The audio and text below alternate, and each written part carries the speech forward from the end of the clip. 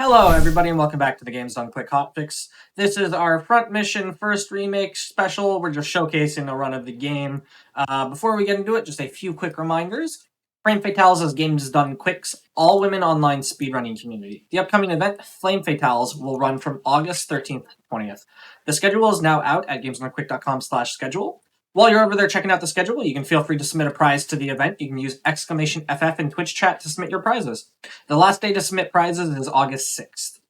Also, Games Done Quick is hiring. If you have any experience in website design and development and would like to help overhaul our website, or have experience in social media creation and want to help out at our live events, be sure to go to gamesdonequick.com/jobs to apply. With all that said, I'll hand it over to our runner and let him introduce himself. Oh, hello.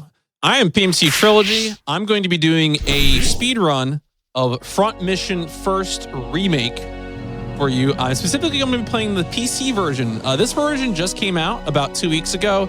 The Front Mission First Remake first launched back in November on the Switch, and just recently came out on a bunch of other platforms.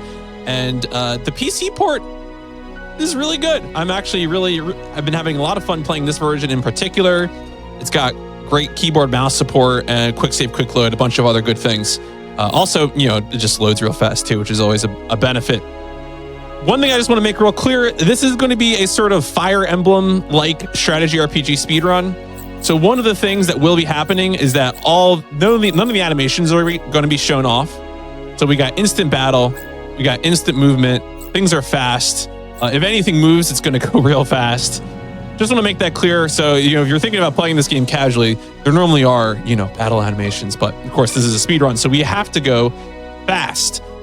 One other note about the category, I'm going to be playing any percent UCS, which refers to one of two campaigns in the game. Normally the default campaign is the OCU campaign, the Oceania Cooperative Union campaign. I'm going to be in the UCS campaign. This is the second one, the kind of harder campaign. And again, this is UCS is the Unified Continental States, or the Union of the New States. Don't worry about it. It's fine. Time will start when I hit new game. You might wonder why should the timer start later. Don't worry about it. I think I'm the only current speedrunner of this version of the game, although I do want to give a shout out to Maelstrom, who has done runs on the DS version of the game. The one other front mission speedrunner, I should say. This game has a weird release history. If at any point during this run, anyone in chat has questions about Front Mission, the series, or the first Front Mission game, I am very happy to answer this. I am a big fan of the series. Very excited they're being remade, but let's go ahead and get into it. I'm going to do a countdown from 3 and click on new game. So 3, 2, 1, go. Okay, so we're going to skip the tutorial. We're going to pick the easiest difficulty. We're going to pick modern. There's a few modes. We like modern. UCS side, of course, that's the campaign. We got to confirm our name and our call sign. And we are right into the first stage, where we're at the Santa Barbara, which is a Navy carrier. The beginning of this, so Front Mission as a game centers in the narrative around what's called the Second Huffman Conflict, which is an event that takes place later in the 21st century, where two super-states are competing over access to Huffman Island, which was in the lore was an island formed by volcanic activity in the 1990s. So, of course, this game came out, the original version of Front Mission came out in 95. And how many people have amnesia in this game? I would say this is more of a spy fiction game than a amnesia game, I think. Yes. There are some people who get made into biocomputers in this game, though, so they might not remember some things. Right at the beginning of the game, this is pre-Second Huffman Conflict.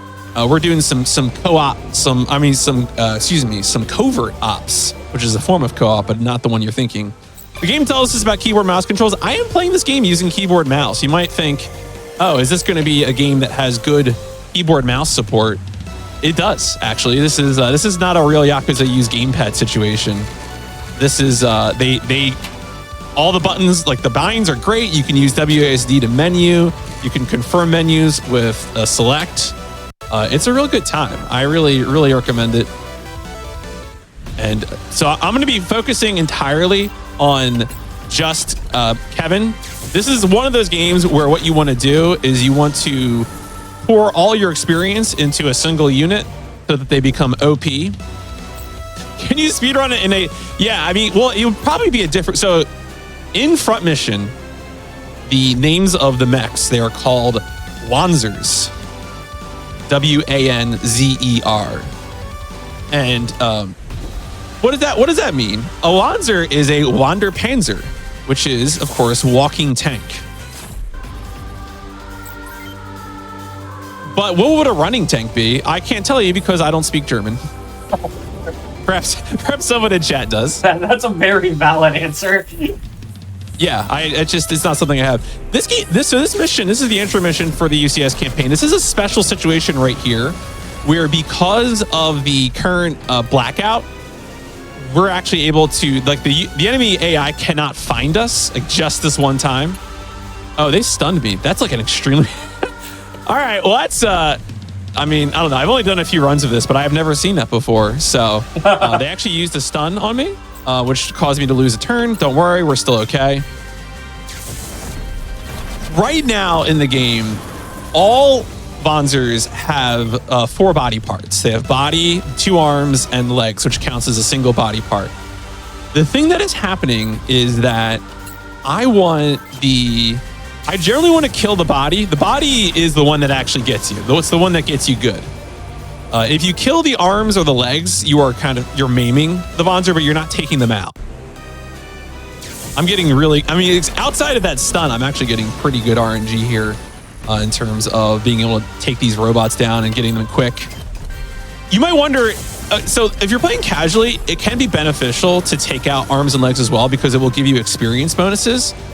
But for my purposes, I will actually cap out on experience by the midpoint of the run.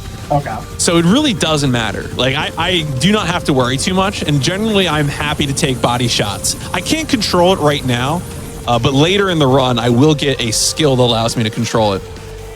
Did people speedrun the DS version of this?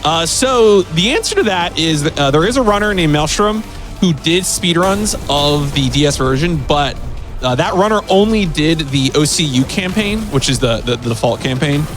As far as I know, and I've only done like light YouTube searching. I haven't searched on Nico or anything. But as far as I know, I'm the only person who's done UCS speedruns. I will mention, though, that this remake has a new difficulty mode that is easier than the default difficulty from the original versions of the game. Interesting. So that also does make it faster and easier and safer. Oh, that's actually pretty cool. And it's one of the benefits of this new version is that it has a lot of quality of life features. It also makes it nicer for like casual players. Like it's easier for people to get into. Yeah, like I know when this remake first came out on Switch, like a lot of people kind of bounced off it because I think they just sort of struggled with how random the game is, especially at the beginning of the game, because you can't, just target body parts or whatever. Yeah. But the good news is you do get some control over that, and also if you're having difficulty, you can just play on recruit difficulty. So that also definitely makes it way easier. And you can save anywhere and all these different things, so it's pretty good. Also, I'm taking so many body shots, I'm making quick saves right now just because there is a risk that I could get literally bodied, in the literal sense that my body would be destroyed. I would dislike that. Oh, one. All right. I think we got this. Oh,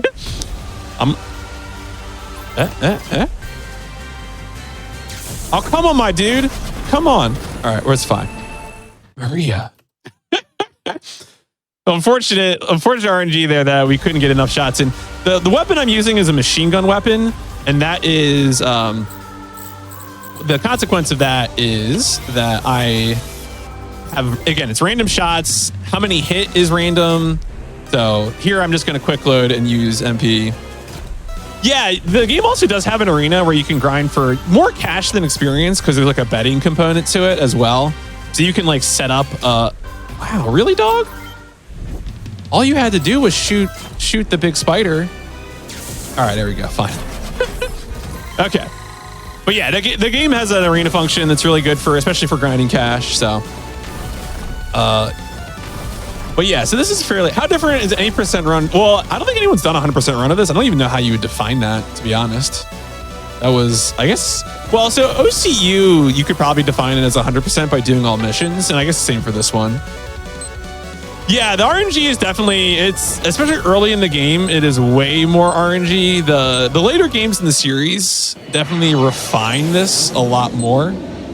So I would definitely, I'm always happy to recommend, like, if this game just seems like kind of weird and quirky to you, you know, Front Mission 2 Remake should be out, hopefully maybe by the end of the year. I don't actually know that, but, you know, ideally. All right, here we go. First mission done. Bam. All right, so we're going back to the carrier. The UCS campaign has a lot more talking compared to the OCU campaign. So you're going to see me trying to use the skip cutscene function to get through a lot of this text. Building Bonzers is definitely a little intimidating, although I think this game, like generally, there's often like a best build. It's usually cash that holds you back more than anything else. In order to advance, we do have to do some classic RPG sequence navigating here. We got to find Maria and talk to her. Get the test. We're part of a covert op group operating out of this aircraft carrier. And now we're going to go do the second part of the mission. All right, so we're going to go to room B. We're going to rest up for the big mission.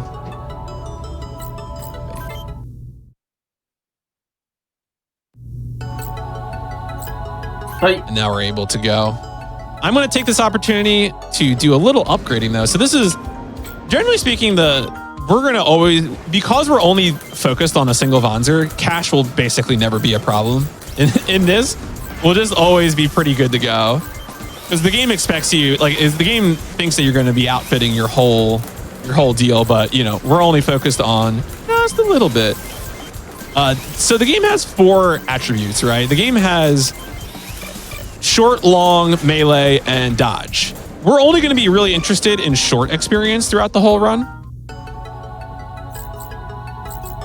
And yeah, and then at this point, exit, which is not exit the menu, it is exit to world map.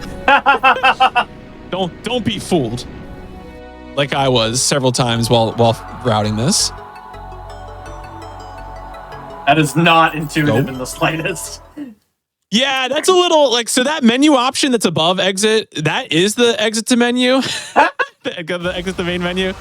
Not perfect, you know. Struggle is real, but yeah. So now this is the kind of rhythm we're going to be in for pretty much this entire speed run. I'm going to be running Kevin in his links, and I'm going to just solo everyone.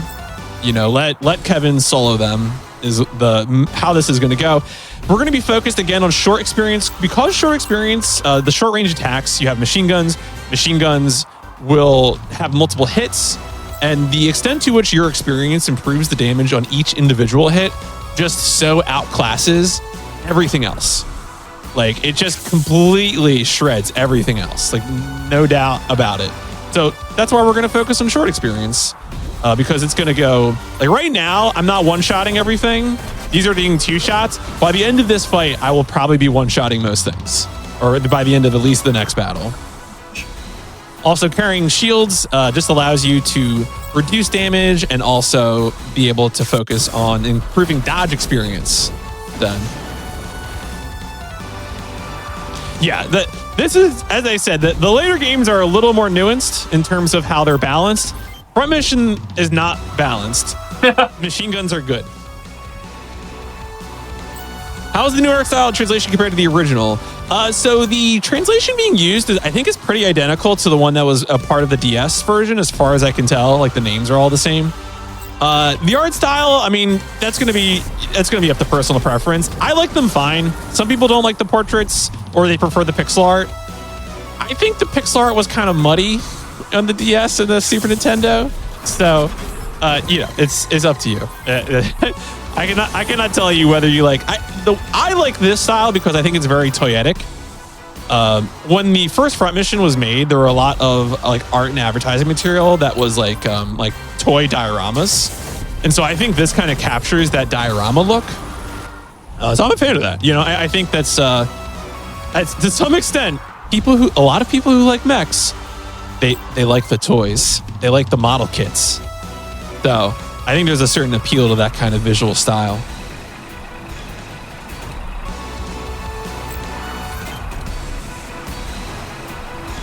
But here, we're just baiting these two forward. A lot of what I'm going to be doing as well is trying to bait other enemies into approaching me at short range. Because if they approach me at short range, I'm going to be able to counterattack them. And so I'll, reduce the number of turns that I have to take. So like here, drew this guy into short range, and I'm going to be able to hit him.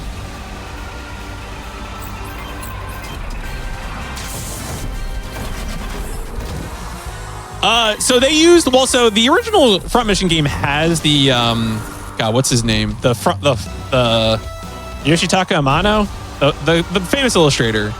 He did the character portraits. And so they basically just processed the character portraits so they wouldn't look weird at like HD resolutions. And again, that's, some people don't like how they look, and I think it's fine. I probably got that name totally wrong, though. It's the guy who did all like the Final Fantasy logos. Y'all know what I'm talking about.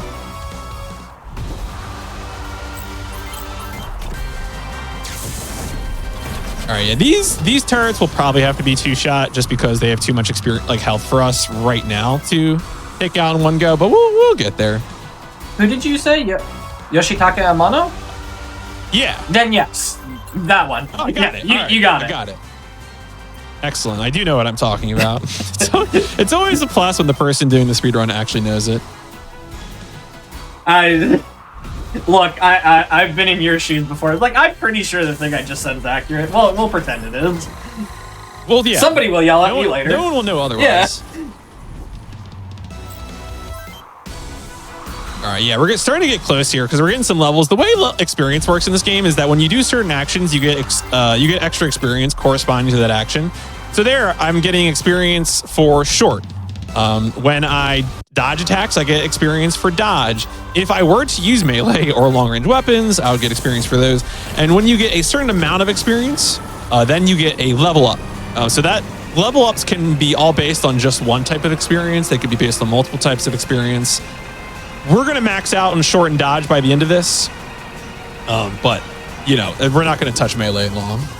Melee is kind of cool.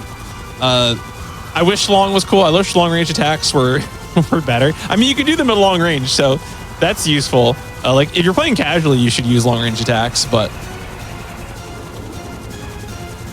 they're not going to hold up to a short range attacker once they close the distance. So what happens here is that Kevin delays the space laser long enough for the love of his life to escape and not get burned. But that action lands him in hot water with the command staff, and so they kick him out of the Black Hounds. It's all right, Kevin.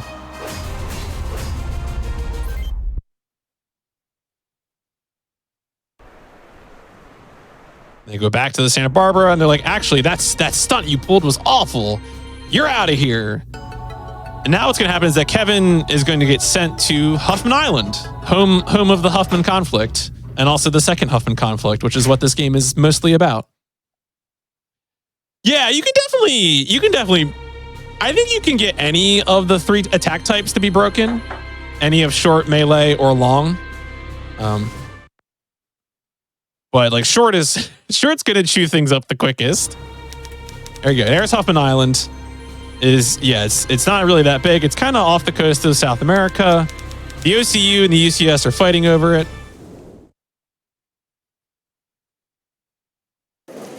And now Kevin has been sent to the Nirvana Institute, which is full of evil scientist men that are doing evil science.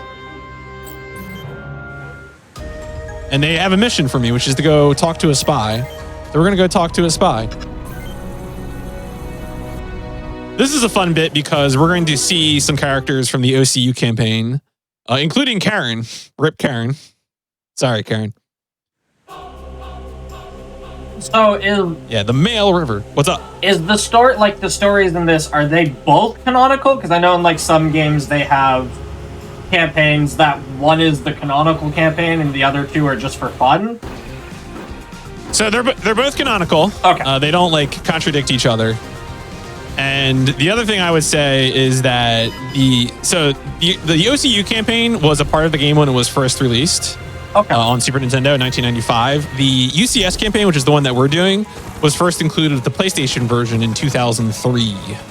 So the UCS campaign has more references to other Front Mission games because more Front Mission games existed at that time. Awesome.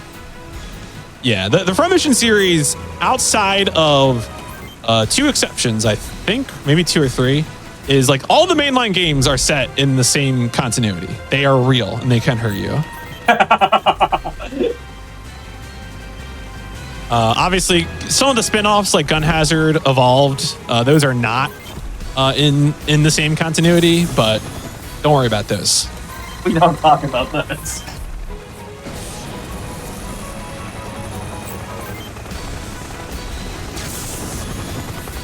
Some vehicles, like especially these APCs or these helicopters, will have weapons that are flex range. They can fire both short and long range.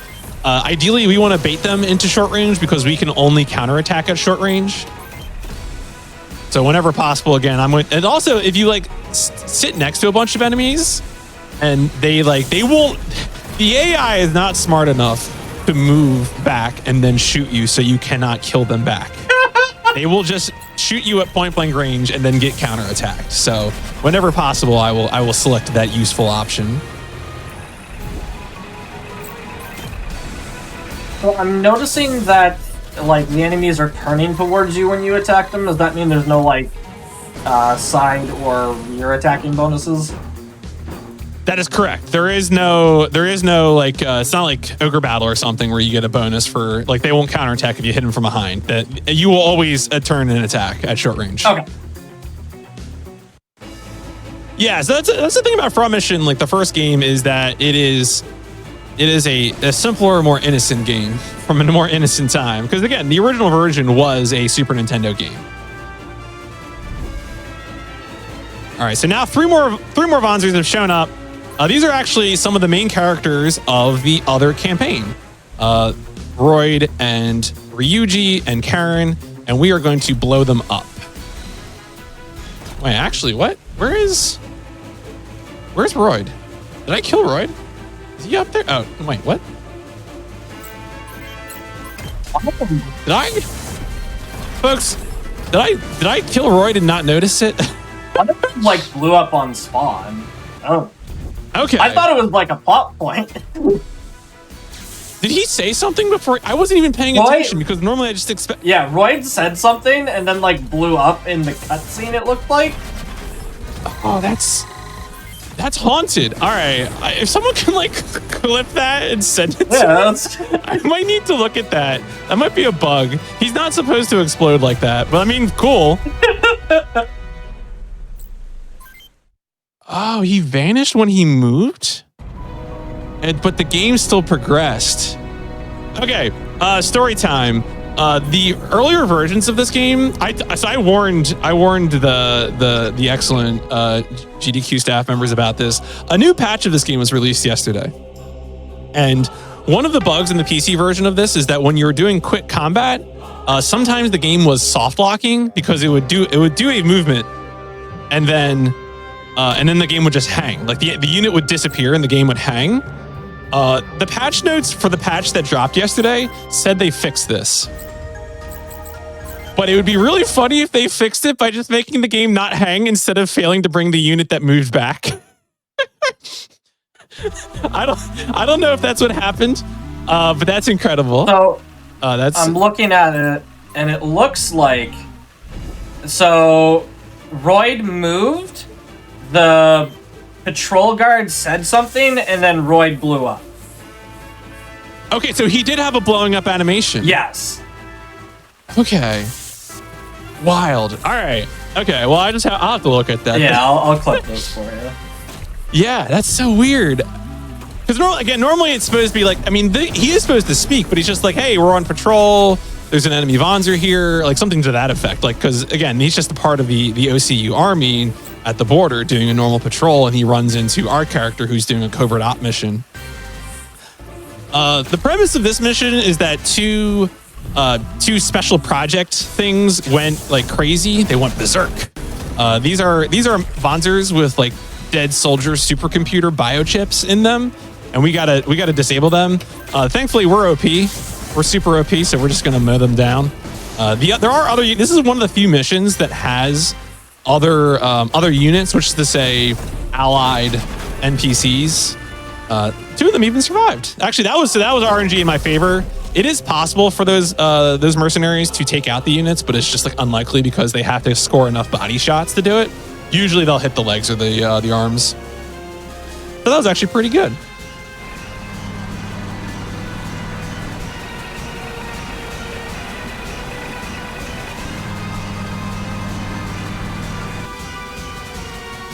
Yeah, that's about right. I don't even know who they really work for. All right. Anyway, that was haunted. I'm still reeling from that Mail River thing. It's very weird. Yeah. I guess there's some more bugs or something. Yeah. Yes. I guess that must be the case. All right. So we get this guy. This guy's mean. We don't like him. We're gonna go ahead and get out of here and join the army. So what's gonna happen here is that we need to go to the command room to get a new mission. Oh no, that's actually no mistake on my part. We already got the mission. I forgot the Man in Black. Usually, some of these you have to go. All right. So what we're doing here, if you start up the game and you're playing the OCU campaign, which is like the normal campaign. What's happening here, this is the Larkus incident, which is the opening mission of the first campaign. We're just sort of off to the side doing something in the background.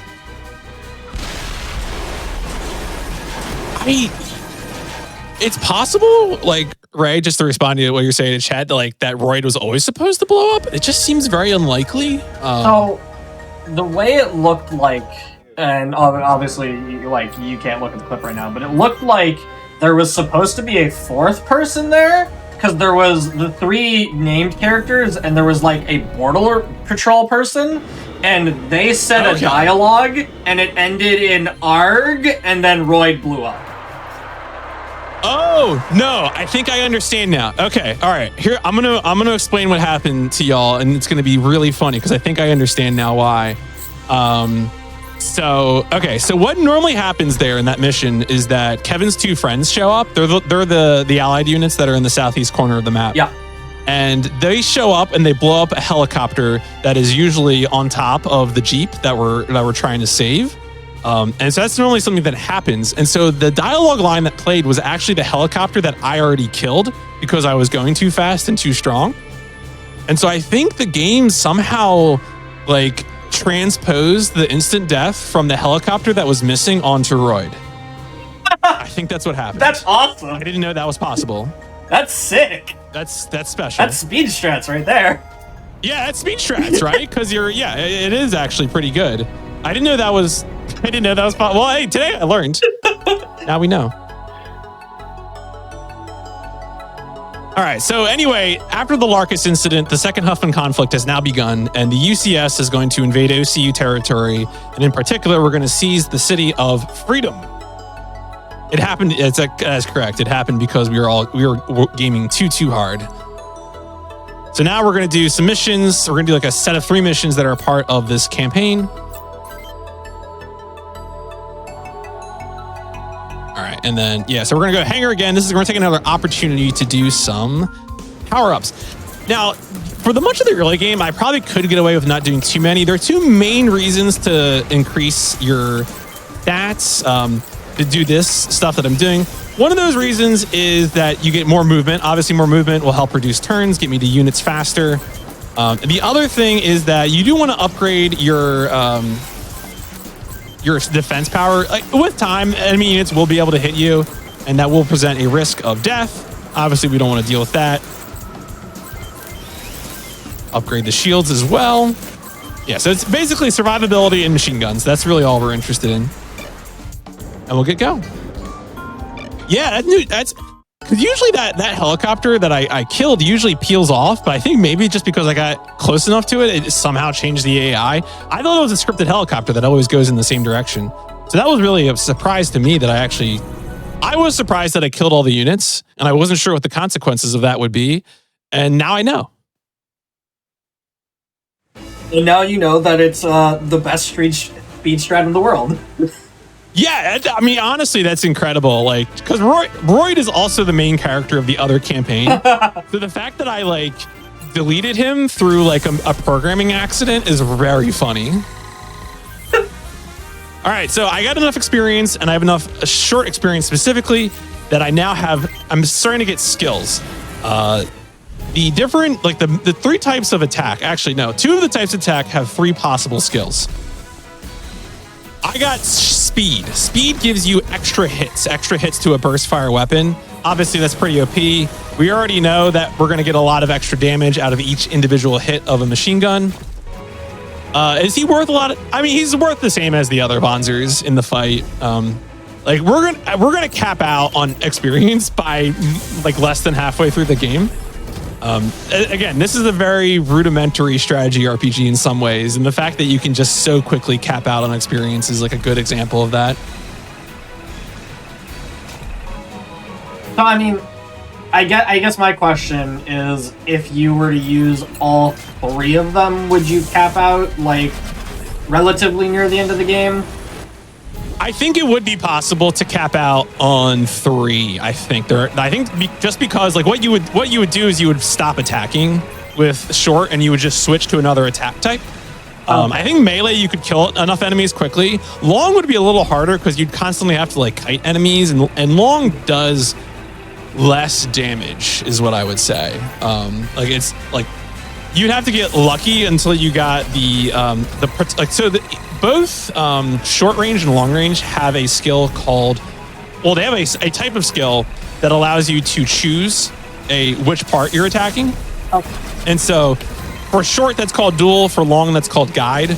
And once you get that, you could probably more readily kill enemies with missiles. Missiles also generally have a higher chance to miss. Yeah, you can see now I'm really starting to harvest enemies, and I'm just hosing them down. Whenever I proc speed, I'm just hitting them so many times. All of my attacks are doing 30 plus damage.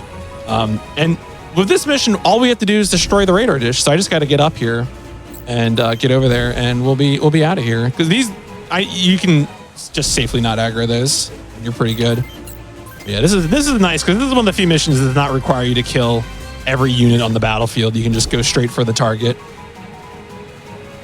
Those missions are always nice. Saves you a lot of time in these kinds of runs. Yeah, well, and you get to you get to route for a particular objective instead of just saying how can I destroy everyone ASAP? Yeah, how do I? Oh my God, what's the word? Manipulate. Manipulate's not what I was going for, but manipulate the AI into doing what I want.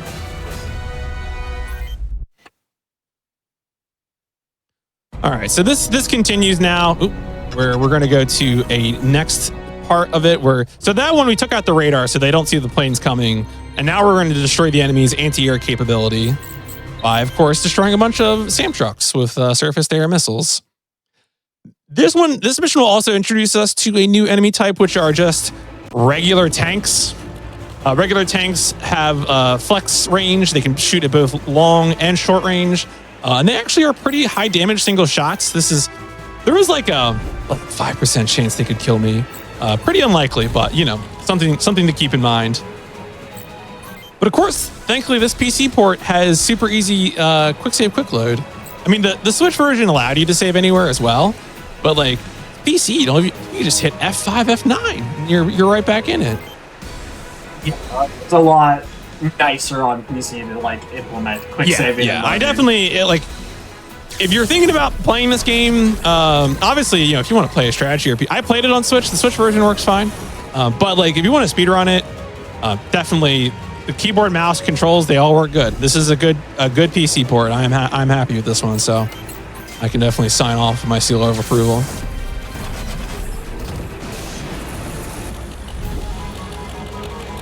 But yeah, those 6 trucks are the ones I do still like. So this is a mission that tells you only have to kill the SAM trucks, but you actually do have to kill everything, regrettably. Actually, that's a lie.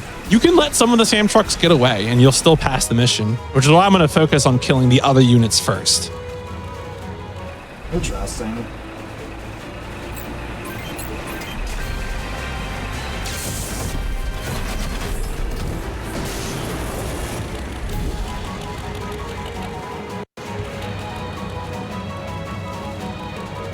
It's also interesting to me. Sure. Go ahead.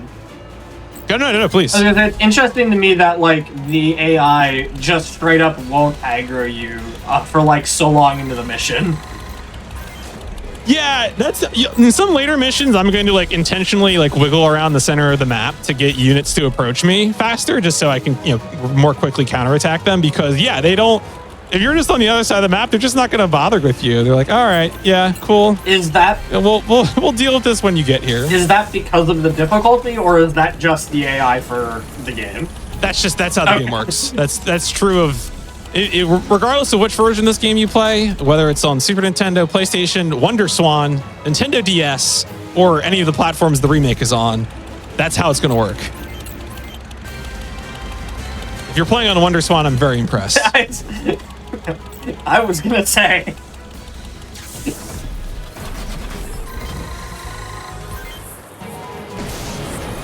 But yeah, just to mention too, this game, was originally on Switch in November, and just like 2 weeks ago released on everything. So that means, all the modern things, the things. Yeah. So so a port of the original version of the game is on WonderSwan. So this campaign, the UCS campaign, is not on WonderSwan, but everything else is. I mean, excuse me, the other campaign is on it.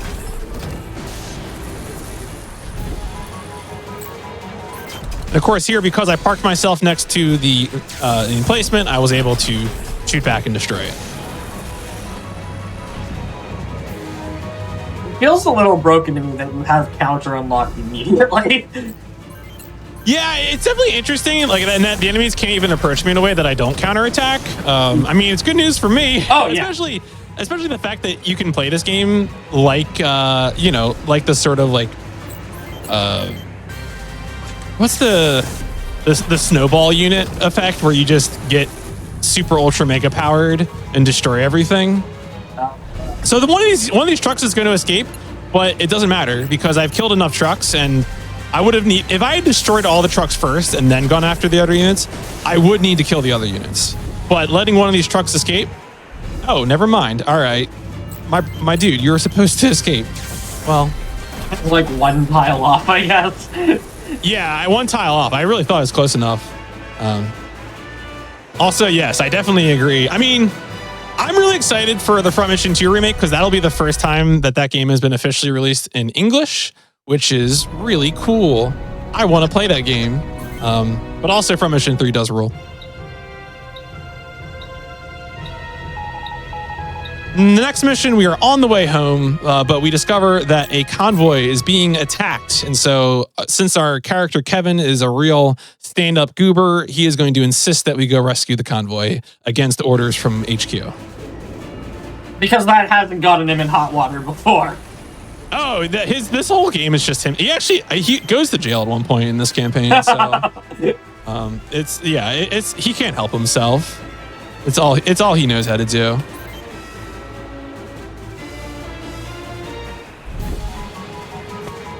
But yeah, so there's a few Vanzers, there's a few helicopters. A second wave of Vanzers will come in, and the trucks can pretty much defend themselves long enough to escape. So we actually want to focus on just harvesting enemy units as quickly as possible. That's really all we want to do because we just want to reduce the number of turns that we're going to be stuck here. So like this guy might try to fly past me. I'll just take him out. This game does have terrain-based movement, which is to say that different leg types receive different bonuses or penalties depending on the terrain. Generally speaking, you're talking about terrain effects, water, sand, road, or also height. So leg types that do well on flat terrain may not do well climbing. And whereas, you know, bipedal legs will do better when climbing compared to floating legs or tread legs. So this sand is slowing me down. Sand, famously rough and coarse and irritating, and does not let you move quickly, as I remember the movie quote. So now those guys are pretty much going to get away scot-free. That helicopter that's pursuing them is going to come back towards me, which is why I'm not worried about it at all. Because it's just going to come straight back to me. Yeah, it's going to get one attack in here, and then that convoy is going to leave. They're simply going to hit the bricks. Helicopters, you know, it's all bad. Helicopters, if you're quick. Yeah, so now the trucks are out of the battle zone, and we get to just go ham. Those two units are down there. More units are going to come from this way, though, so I want to put myself over here. Yeah, as you can see, those guys are going to come right back to me. Which is I'm waiting for this next wave to spawn. Anytime now.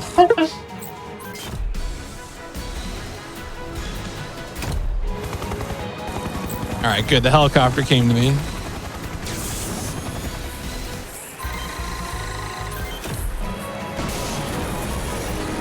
Yeah, there we go. Okay.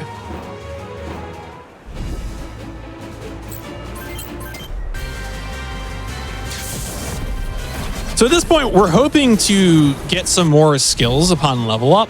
In particular, we're looking for the switch skill, which allows us to fire with one hand and then the other. That's why we have 2 machine guns in each of our hand.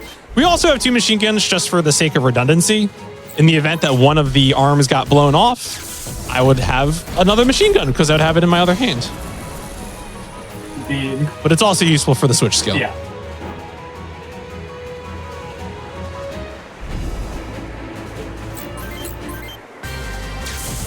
I feel like I'm going to have to investigate whether or not I could figure out how to actually... Like, I wonder if I killed all the units before that reinforcement wave showed up, because it seemed close enough. Yeah, I was about to say, yeah, like it... Yeah, and we've already learned that funny things happen when you unexpectedly kill everything too quickly, so perhaps there's some discovery, some research and learning to be done.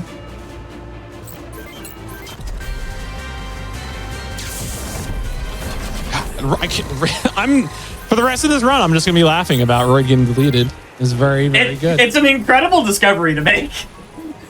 Yeah, I just didn't. You think something is scripted, and I mean, and it is kind of in part. Yeah, and technically still scripted. Someone's got to die. Yeah. I guess it's going to be you, Chief. All right, there we go. Last unit wiped up. They're going to be the Vonzers that we fight are going to have generally 2 sorts of AI.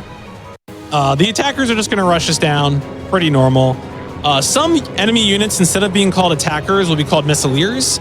Those enemies will usually try to exhaust their long-range attacks. Long-range attacks have a finite amount of ammo. Short-range attacks are infinite ammo. So at no point am I ever thinking to myself, do I have enough bullets in my machine gun? I always have enough bullets in my machine gun. But if I were using long-range attacks, I would need to worry about ammo management. Usually the ammo count is like only a few. It's like, you know, somewhere in the neighborhood of like 3 or 4, you know, so you get a few shots per missile container, and then you either need to be able to refill them using a supply truck or have a second missile launcher that you can also use. Here we see a video about Vonzer airdrops, which is really cool and sick, and I love it when people parachute giant mechs onto a city. So yeah, so now the UCS is fully invading the OCU territory on Huffman Island, and we are closing around. Yeah, we're at the Freedom Forward base, and it's time to go fight in the city itself. I think this is also where we meet Hell's Wall, which is another set of NPCs. Yeah, so Rebus is one of the members of Hell's Wall. We're gonna rest up. We've been fighting a lot. Exit, and now we're gonna get some new orders after we go to the command room again. Does resting have like an effect on you, or will it just physically not let you progress if you don't rest? It's just a story thing. Okay. Yeah. It's 100%. We are trying to get the JRPG story to advance. Gotcha. That is all it is. Because we always start. Your Vonzers always start every battle with full experience. So All right, so now we're going to do 2 battles to take over Freedom City. These 2 missions are like a little bit of a pain in the butt because they give you control of Hell's Wall. Hell's Wall is actually one of the more difficult fights in the OCU campaign when you fight them as Royd. Here, I'm just going to try to ignore them.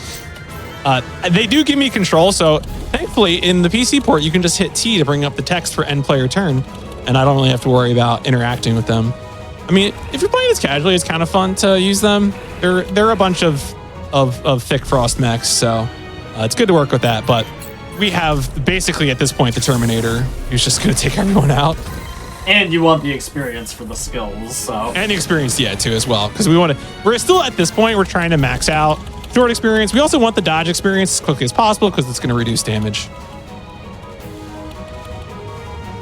And most of these guys are attackers. The big thing for me in this fight is that I'm going to be making a beeline to those, to the APC, to the tanks, and to the supply truck in the middle. Those will not, generally not move. So I want to get to them because I need to kill them. Especially supply trucks. Supply trucks are just kind of, they just don't want to go anywhere. Which, like, I get, they don't really want to fight me, but they don't have a choice in the matter.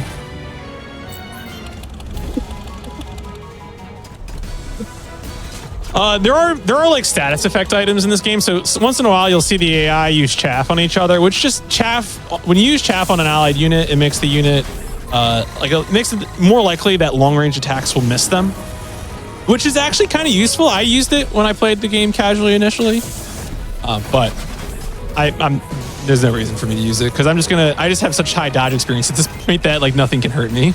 For sure. But yeah, see, this guy's just attacking me at long range, so I have to actually go all the way over to him. The experience for each type caps out at 9999. So we're already at like 7K something. It's not going to be that long. We're probably going to maybe by like, we're on like mission 8, probably by like mission 10. This will go down. Yeah, thankfully all the Bonzus do just aggro towards me, so that part is easy. And that always means, of course, that I want to focus on the things that are not going to attack me at short range, like the truck. Because the other ones I'll be able to counterattack, so I don't have to spend turns on them.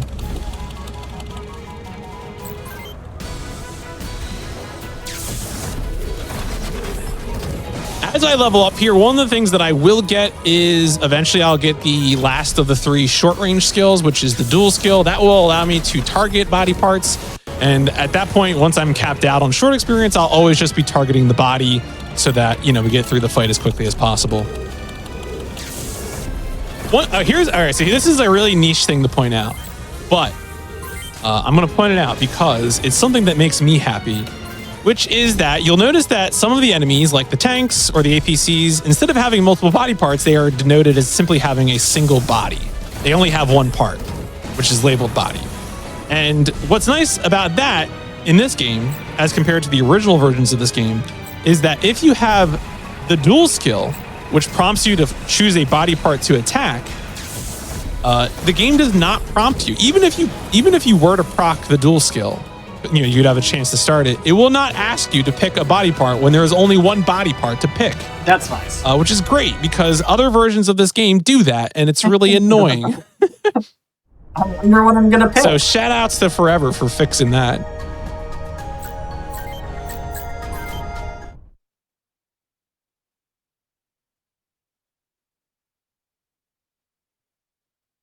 Okay, so that was the entrance into Freedom City across the river. And now we are going to Freedom City Hall, where we'll do another fight here. Also, once again with Hell's Wall, who I will continue to ignore.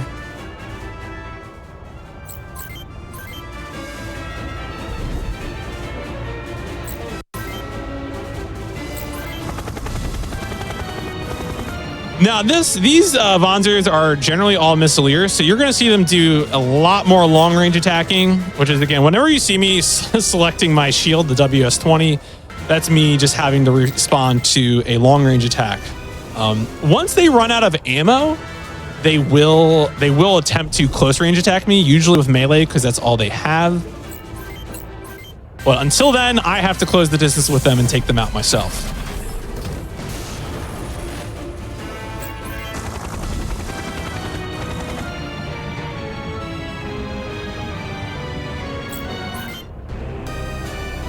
Again, it's so weird to me that they're just standing there. Like, I get it, but... Yeah, I mean, part of it too, I think, is the expectation that if you were playing this casually, you would also, like, you would move the other units forward. I guess that's true, yeah. Like... So it should aggro more of them, but, you know, because I am focused on feeding everything into a single unit, they're just not going anywhere. Now, I did mention earlier that if you place yourself next to a unit, it will actually have them attack at short range instead of having them back up and then attack you.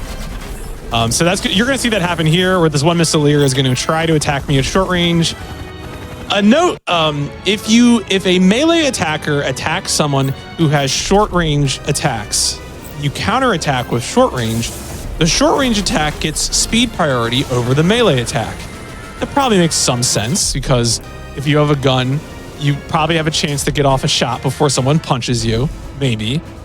And so when these melee attack me, like, the risk to me is almost nothing, because, again, they're trying to punch me. I get a speed advantage. There is a melee skill that lets you go first. It's called first. But, you know, these units don't have melee skills. Only enemy units generally don't have skills. They only get them, like, some of the very, very final missions of the game do enemy Panzers have Panzer skills.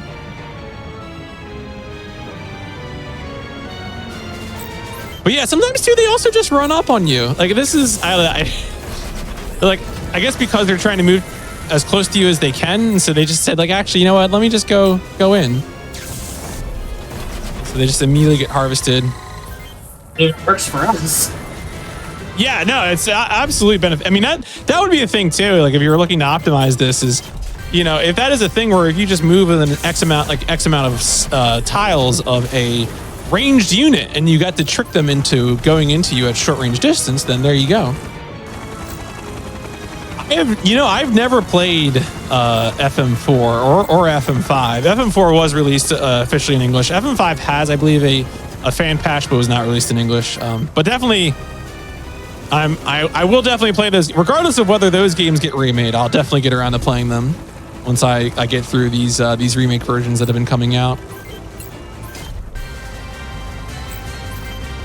Definitely excited to finally dig into the whole series. At this point, I think I've mostly played 1 and 3. Yes, I think those are most of my experience. I've touched, like, some of the other ones too. Like, I've looked at 4, I've looked at Evolved, stuff like that. Some of the weird spin, like Gun Hazard. But I've spent a fair bit of time with 1 and 3.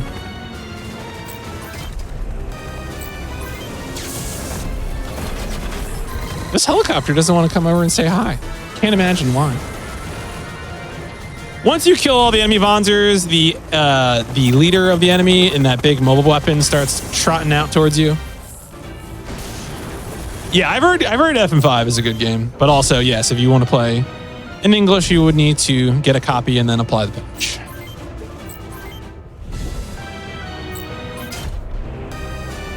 Commander has a flex range weapon, so it's able to shoot at us, but now we're going to move in position, and we should be able to, yeah, just harvest them right away, which is pretty nice. And that's it. That is the end of the defense of Freedom City. There's no possible way that the UCS will turn around and immediately lose Freedom City to the OCU, which is also what happens in the other campaign.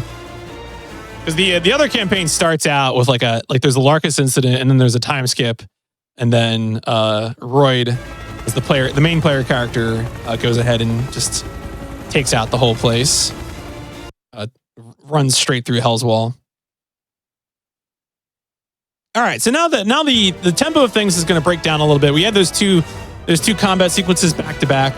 Do I think the remakes will lead to something new? I wish. I'm not too confident that'll happen. Oh, are we living this life? Okay. Well, if a developer is watching this, there is still one bug in this version of the game. The bug in this version of the game is that sometimes at the end of a fight, the keyboard and mouse controls stop working. Interesting. So thankfully, I have a gamepad. So I'm going to quickly make a save, and then I'm going to save and load and restart the game because that's the only way I know how to fix this. This has been happening 1 to 2 times during each run. I want to mention that Forever Entertainment has already fixed the other bug that I had with this game. So hopefully they'll figure this one out too. They are generally pretty good about supporting their games post-release, which is why I continue to be a fan of them. But yeah, I'm just going to go ahead and restart the game real quick. Shouldn't take too long. But yeah, that's life. Sometimes when you're playing a game 2 weeks after release, you have to experience this kind of behavior. So, but as I said, they released a patch yesterday that fixed the other issue I was having when running this game. So I'm pretty confident that they'll figure this one out too.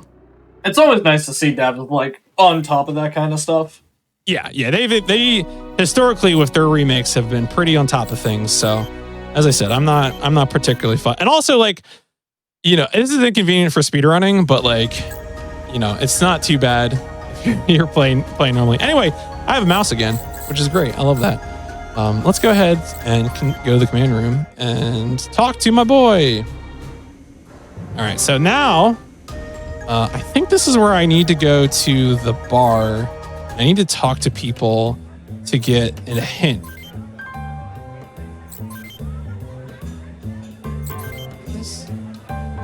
Someone's going to tell me about the Larkus Valley.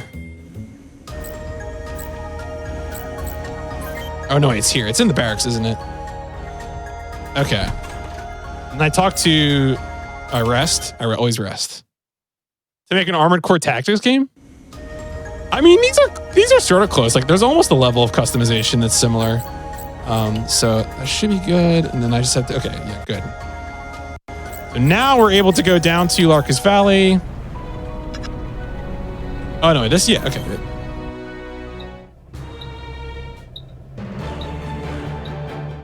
So if you're playing the OCU campaign, this is where you learn about what happened to this setting, because you only encounter this level like later on after what happens to it when you play the OCU campaign. I think one person in chat's asking about the fan patch for 2. The fan patch for 2 is unfortunately kind of incomplete. You know, if you were to get a copy of 2 and patch it, it only patches the text in the battles. It doesn't patch the cutscenes. You need to refer to a script for the cutscenes. So, I mean, obviously, props to the folks who did that work, but it's like not quite a playable version of the game, which is why I'm excited for the remake version. That'll be the official remake. You know, that will have everything in English. There won't be any weird text limitations, because I believe part of the reason it's difficult to hack that game is just storage limitations. So in this fight, we encounter our crush, who's doing some spy stuff, and now we're going to have to destroy all of the OCU troops that show up. It starts with these three APCs, and then we're gonna have to take out the Wanzer troops that show up as well.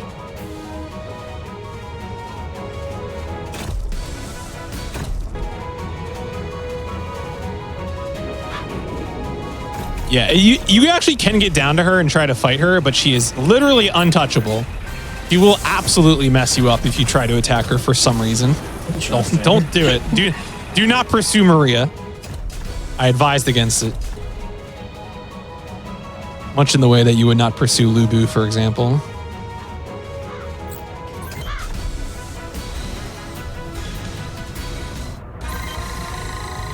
All right, yeah, we're almost capped out on short range experience. The skills also have a chance to level up upon usage. So you can see there, for example, the prompt said dual level 2. Every time you use a skill, there's just a chance that it's going to get better. And it can get up to a max of level 3. And that just, you know, it improves whatever it is. So with dual, you're improving the accuracy. With speed, you are improving the number of shots. And with switch, you're also kind of doing the same thing. You're just increasing the chance for it to happen.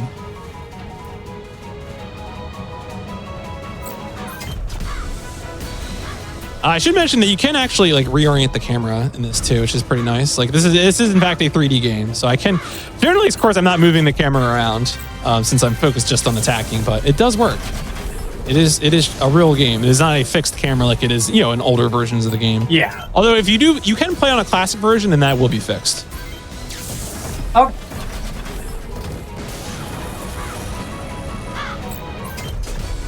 Is that something like you can swap in the middle of the game, or do you have to specifically do that?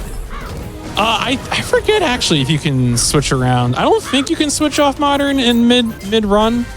Actually, I never tried that, so I could be wrong.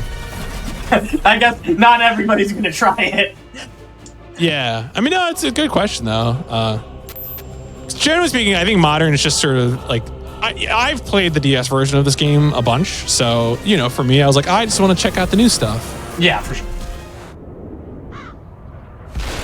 Anyway, yeah, this is what happens to Lark Valley. They have to nuke it to keep secrets. And when you come to this in the OCU campaign, you find someone who's just like just hunting down soldiers for sport because they're mad that their home got bombed, which is fair.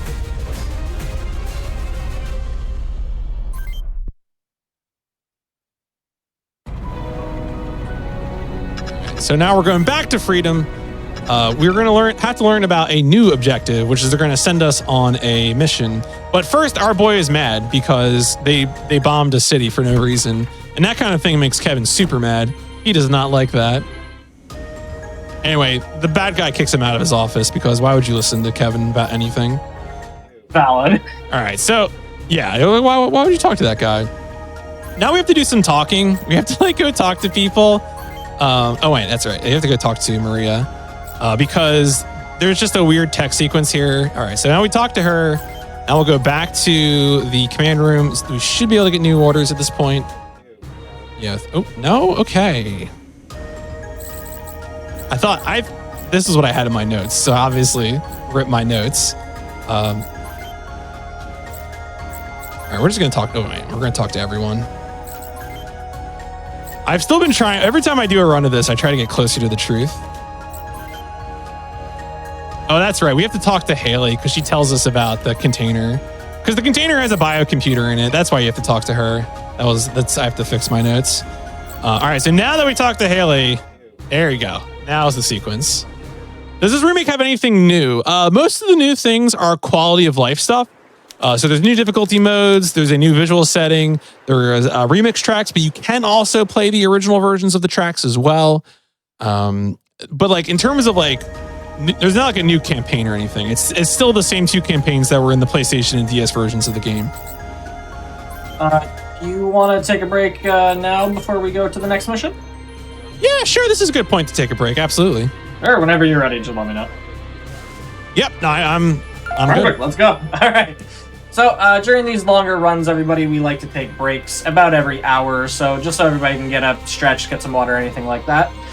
Just a quick reminder, though, before the break, if you missed out on any of our Hotfix shows or any of our past events, like GDQ 2023 or Juneteenth, you can check out the VODs on youtube.com/gamesdonequick. They'll be released 4 days after they air live. With that said, we'll be back in just a few minutes for more of the run.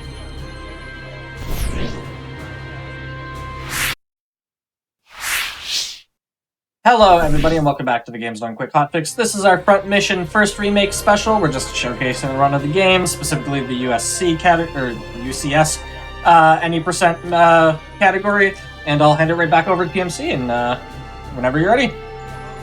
Yeah, absolutely. Yeah, this is not the University of Southern California category, unfortunately. We don't have that. That's a different campaign. A different game, really. But yeah, let's go ahead and get right into it. We'll just do, obviously we were in the menu here, about to start the Grey Rock part.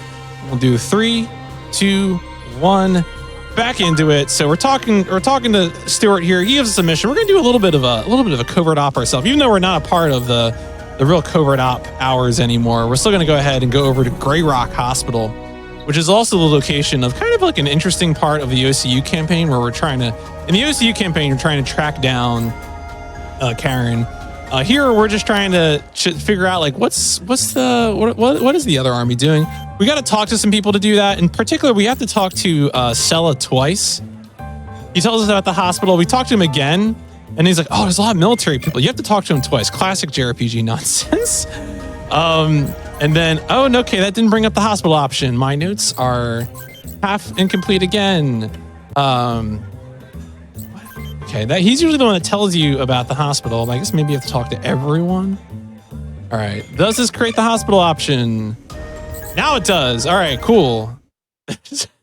I keep engaging in wishful thinking in my speedrun notes. Like, you only have to find out the thing that would make sense, right? Like, no, talk to everyone. You can tell Kevin is undercover because he has sunglasses on now. That's how you go undercover, right? No one recognizes me when I put sunglasses on. I feel like I should have. If I had sunglasses with me, I would put them on right now. Honestly, elastic downstairs. I mean, it's like Superman, right? Like he takes off the glasses, you can't tell. Just completely different person. So this is the Grey Rock Hospital stage. We're actually not going to fight on this stage. We're going to fight on a different stage. Paul is a character that you can recruit in the OCU campaign. Well, you know, maybe we'll do an OCU speedrun sometime, but that'll be then. We got to go to a different stage. Where in particular, we're going to learn one thing. You might wonder, what defeats mechs in the food chain? Well, I got great news, folks, because it's trains. Trains defeat mechs. Don't mess with trains. So our allies showed up in the train. Now they brought our Vanzer, so we're going to go ahead and take out these pursuing OCU troops. And we're right back to it. Taking advantage of our skills. At this point, because we're almost maxed out on experience, we're going to be doing only body shots. And that will be the end of that. We are going to move closer to those units all the way back there. We're going to do a little bit of a loop just so we can aggro those units and get the ones that will, close the distance to close the distance. As you can see, some of them will, but some of them won't, which is sad. All right, we always want to go after missileers because, again, the missileers are not going to move into a range where we can counterattack.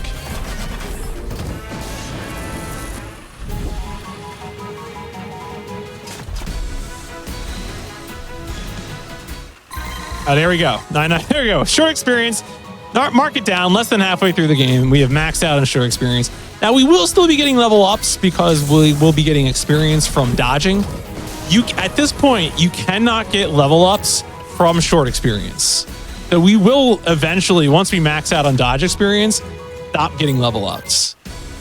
Which is weird, right? You would think like, oh, well, you're still getting short experience, aren't you? Like, no, it's just pretty much getting fed into a nothing. Like it's just going down the drain. It's just evaporating. Just evaporating. You learned too much. You cannot learn more. It is inappropriate. One thing you can do is that when you already have some missileers close to you, you can ignore them. And eventually, you're losing some time because, they're taking time to attack you.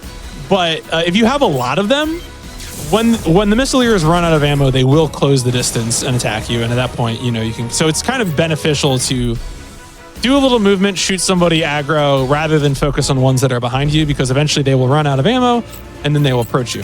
But of course, if it is a missileer that just approached you, you still want to shoot them because it's going to take several turns for them to run out of ammo. But yeah, you can see that guy is now probably going to run out of ammo soon. He's going to start approaching me. But I'm even not going to approach him now because I want to aggro these other units that are down this street. They should move forward now. Yeah. Because once they're able to move once and attack you is usually when missile units will get aggroed. Like, oh, we can move once and attack. All right, it's time to go.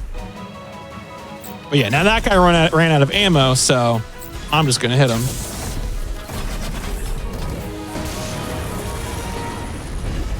That also allows me to close the distance and focus on the commander.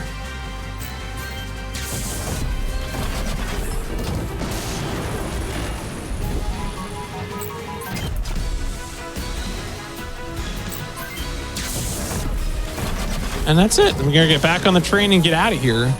But unfortunately, this is the point in the game when the fortunes of the UCS in the second Huffman conflict start reversing. We're going to start losing ground. Freedom City will be lost to the enemy. But choo-choo. I do appreciate Look, trains are good. We all know trains are good. Even what was it? Charles, the choo-choo? Yeah. Whatever Choo-choo that Charles. train was. That's still a good train. Any train is a good train. They're all good trains. All right. So go back to the command room. Get some news about how the fight is going. Fight's not going well. Maybe now we go to the barracks and do a rest. Actually, no, we don't.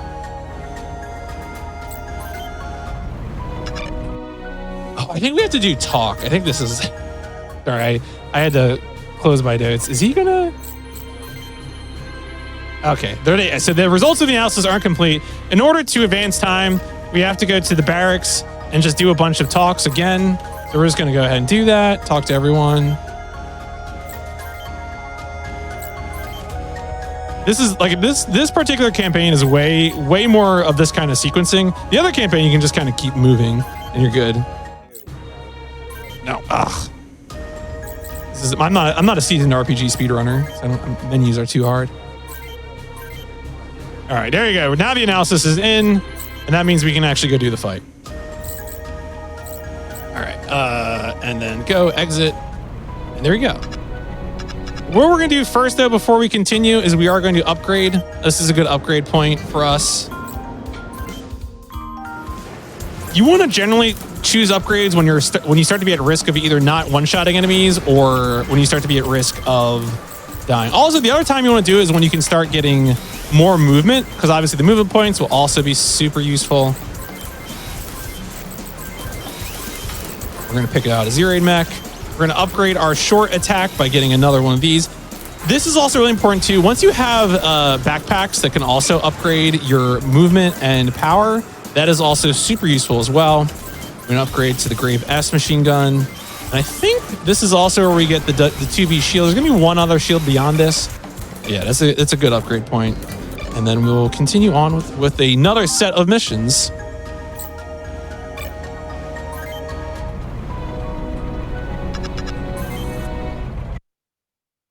This is going to be similar to those clusters of missions that we did before the invasion. In this case, we're trying to prevent the invasion.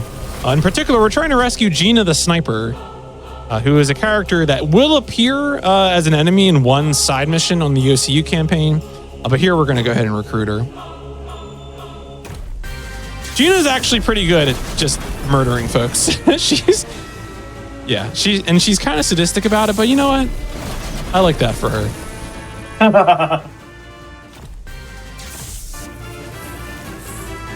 An interesting note about versions is that the remake version of Front Mission is the first version of the original Front Mission to have battle animation skips. So even if you were speedrunning, say on Super Nintendo or PlayStation or DS, you would have to watch all the battle animations, which is obviously not great if you're speedrunning or also just wanting to play the game quickly for whatever reason.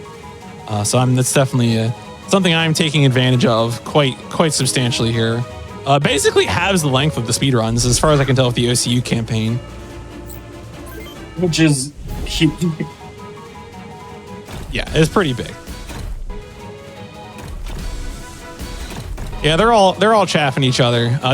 This AI, so sometimes AI will be, programmed to go after a particular target. In this case, they're trying to rush down Gina, which is probably not going to work out too well for them because Gina will murder them.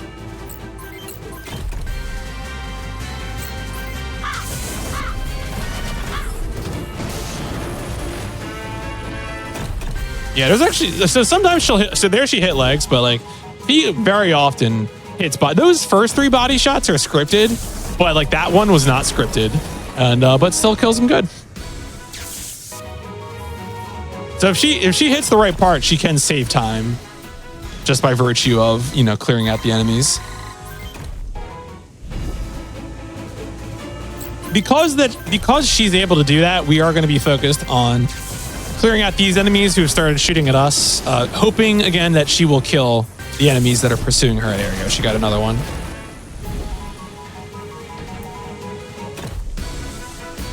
She keeps shooting the legs. Not good. Come on, Gina. Please. Apply damage directly to the face. I'm asking you. It wouldn't be an RNG or an RPG speedrun if the RNG wasn't messing with you. No, that's especially this game too. I mean, that was a thing that a lot of people talked about, where like they just weren't prepared for like the level of randomness, especially in the first front mission. It's a very random game, but you know, that's war. That's fair. All right, she's gonna probably kill this just as I get here. Yeah, there you go, of course. Come on, Gian. Could have ended that a turn sooner instead of blowing off both their legs, or both their arms, excuse me.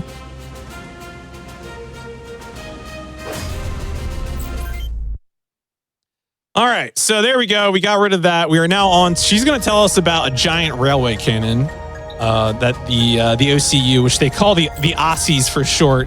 They got nicknames for the enemy force instead of like, I guess like the Germans being Jerry in World War II. We have the OCU forces, or the Aussies.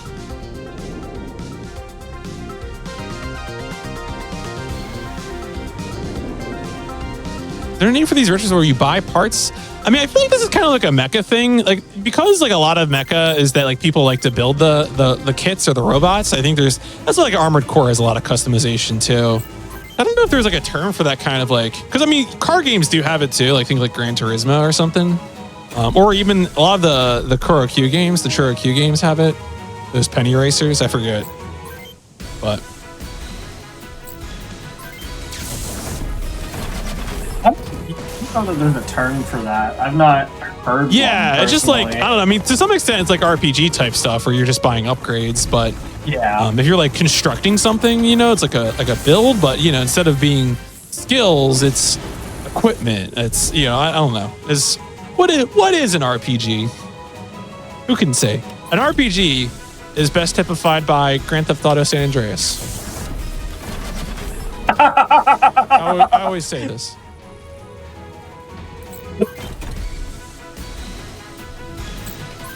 Am I missing a joke? Oh, good.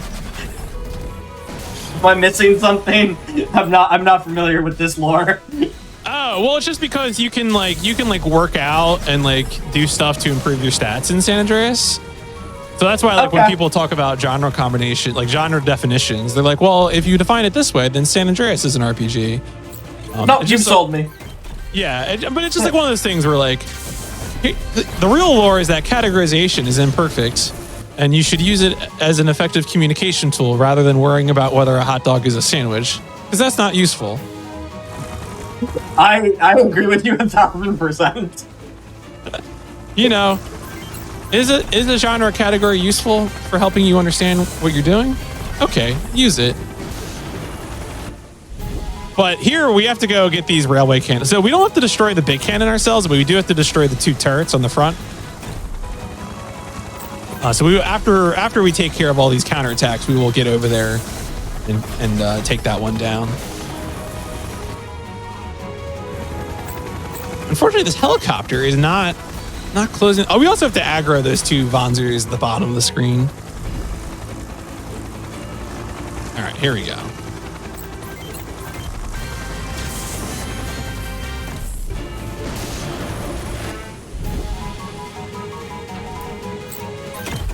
If you're wondering what it is I'm trying to say, what I would say to you is that I have some legal experience professionally, and the thing about being involved with legal stuff is that words don't have meaning anymore. You can say whatever you want, so, which makes it really fun. Like when you're like, well, what do you mean water is wet? Like really though, like what is that? What do you mean RPGs? I mean, in every game I play a role, so like it must be a role-playing game. The name is right there.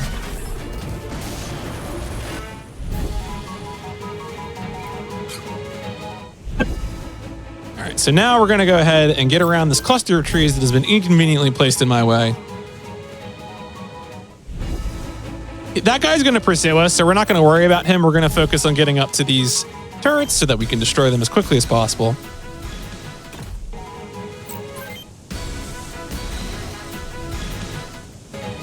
The guard number that appears when I do a dodge like that is the number that is indicating how much like damage I'm shielding, and then also like the dodge helps too as well. Yeah, can you really demonstrate that water is wet then?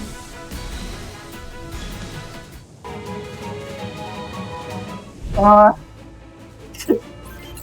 would you prove that? I wouldn't. I would go back to bed and hope that when I woke up, the conversation was over. Yeah, no, that's fair. If I walked into a room where this conversation was going on, I would come back later. I have frequently been embroiled in lengthy conversations about whether or not water is a beverage. And so that is one. That's one that's going to haunt me for a long time. All right, I don't want the explanation, but I need to hear it. Well, it's just like, what? How do you define beverage? And is Something water a beverage? Is it something I drink? I mean, that's how I would. I think water is a beverage. Yeah.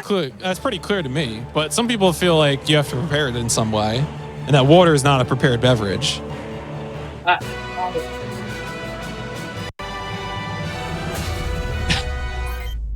I'm just trying to help people, come to terms with their experiences. It's just, it's just not worry about it. Fair. Okay. I mean, I guess you're on my side, so this is a question you're not going to have the answer to. No, but if I put my water counterpoint for you. Yeah, if I put my water advocate, through a filter, is that then prepared? Right? Yeah. What if it's water on the rocks?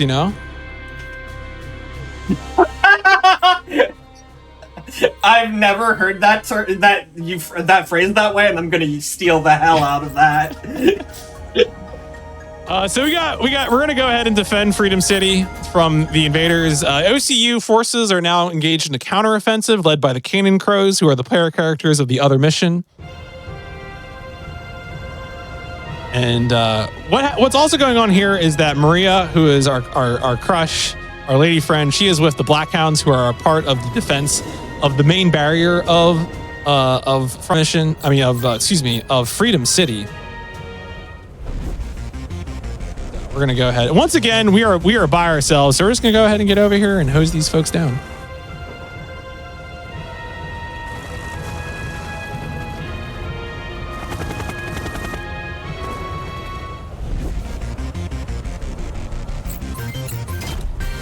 This one's pretty straightforward. Again, we're just going to be focused on taking them down, trying to aggro them as much as possible, and getting... Yeah, so the idea is that we're supposed to be preventing a sort of flanking maneuver, so we are defeating the forces that are engaged in the flanking maneuver.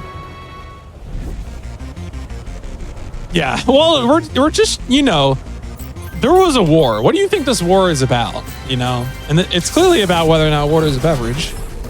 What I've been trying to, obviously.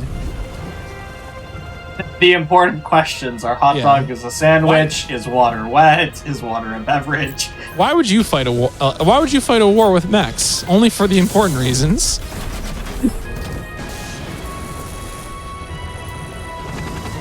Unfortunately, this particular campaign doesn't have any missions that put you through water. There are some missions that where you cross a river or do things like that, which would be even more topical for this.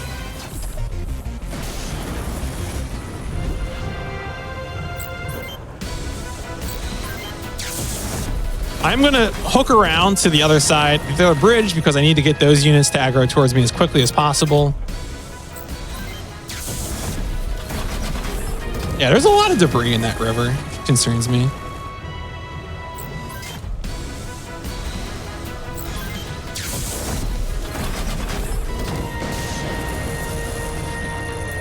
Thankfully, they're all cooperating, and they're deciding to just engage me at short range. Some of these units do have missiles, but they're just coming in,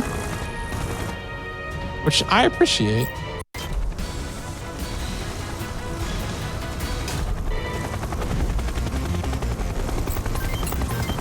Now the helicopter is going to stay at distance, so I'm going to close on that one, take that one out. Hopefully that'll aggro that other mech as well, the one that's all the way on the top left-hand corner of the screen.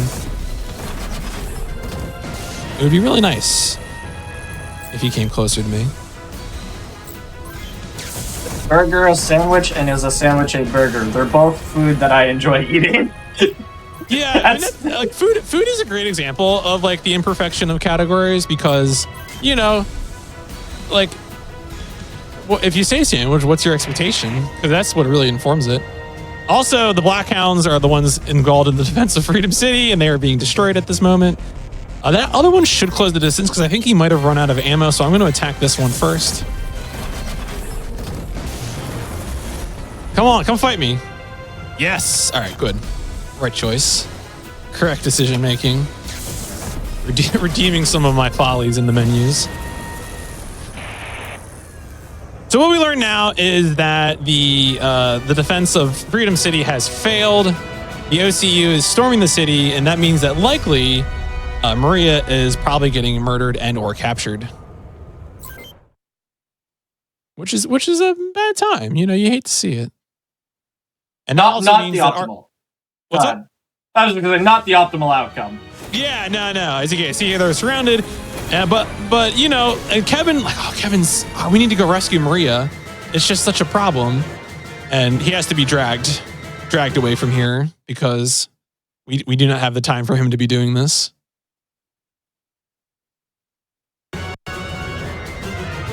Yeah, Kevin's like, we got to get every fighting man to go rescue the Black Hounds, and they're saying, actually, no, the city has fallen. Please leave.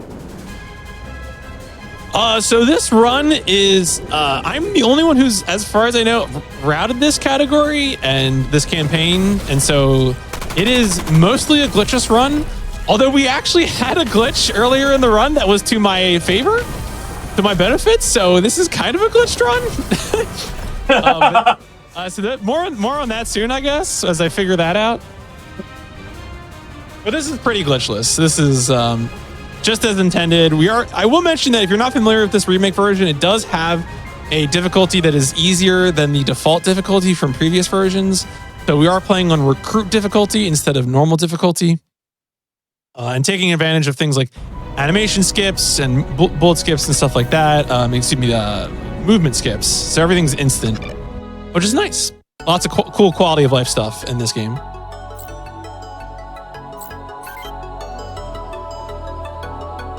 I love that he physically has to be dragged out too. Like, oh yeah, it's very good. That wasn't a joke. Yeah, the animation is perfect. All right, so we have to talk to all these guys because they're going to tell us about how some of our boys are trying to escape. And Kevin's like, I got to go rescue the boys because they have left town and they're having a bad day. So now we're going to go to rescue them, and that's what the next two missions are going to be about. In particular, we'll meet two characters, Loren and Geta. Geta was one of the members of Hell's Wall. The only known surviving member of this unit, which is kind of funny. And Laurent will, more on Laurent later. Yeah, there you go. There's the pursuing OCU troops.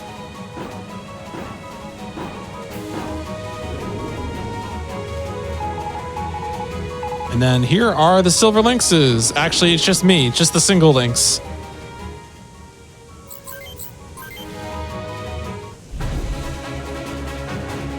So we're going to go straight forward because the enemy AI is going to be pretty focused on pursuing those friendly units that are moving to the north.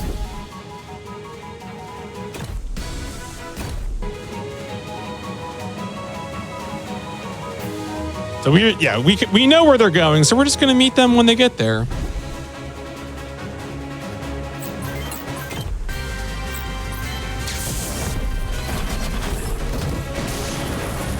So, obviously the benefit of having one person is only, hey, they're just super overpowered. Yes. Does it also have the added benefit of, like, skipping dialogue?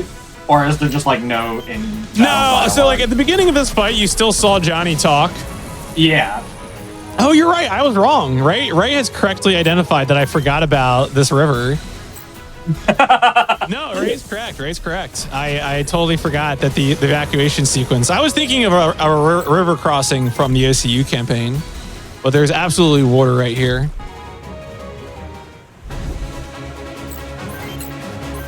And actually, the next mission's kind of on a beach, although no one will enter the water in that part of it.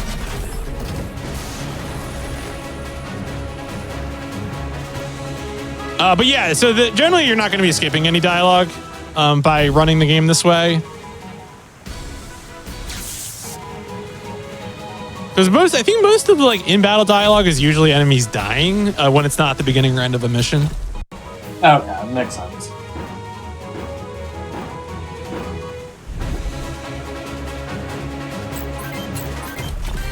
There is a second wave of units that come in there.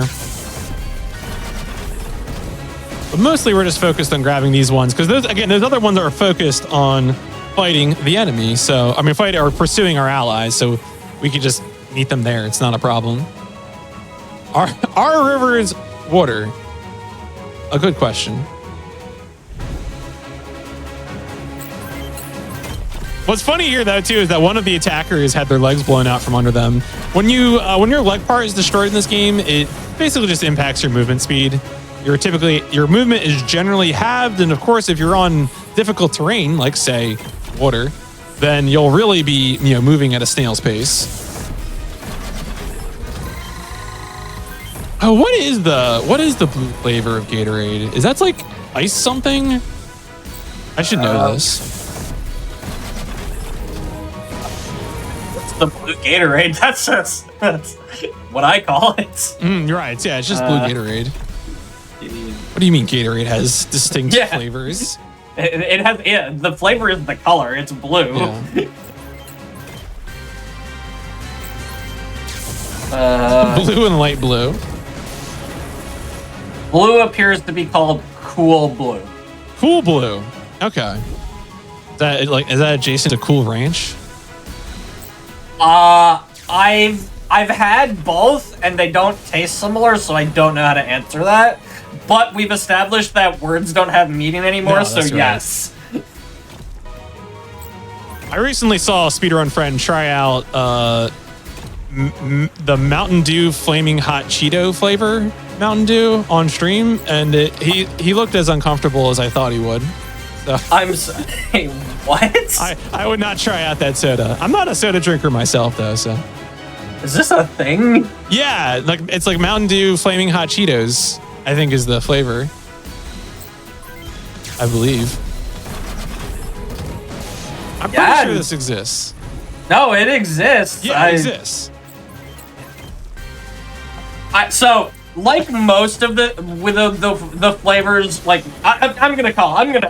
most of the weird flavors, it probably never made it to Canada. So, that could be true. Which is a blessing for me. I feel like you are safe, protected. It looks like I could order it. You could order it. Okay. So No, you absolutely could invite not. it into your life if you so chose. I'm not at that low of a point No. yet. So that was the first part where we meet up with the units that are trying to evacuate, and now we have the second half of this evacuation sequence where we're going to try and secure their safety as they're exiting. Once again, taking only Kevin in the battle. This guy over here is just going to come towards us, so we're going to go straight in this direction to aggro as many units as effectively as possible. As you can see, these units are on hover legs, or little hover booties and treads, so they're going to have better movement on the sand than bipedal legs.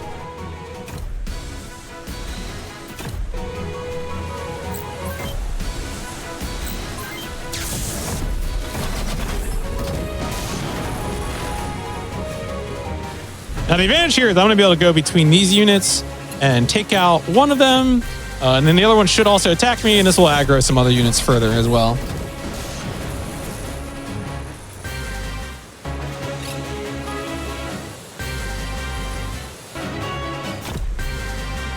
I was really hoping that UCS soldier would try to evacuate, but that is not what he's doing, regrettably. There you go, easy peasy. The good news, though, is that UCS soldier took a lot of body damage, and it doesn't matter for my purposes whether or not he lives or dies. Like, it's not going to affect the victory condition. Of course, just the randomness of the game from mission first, a very random game.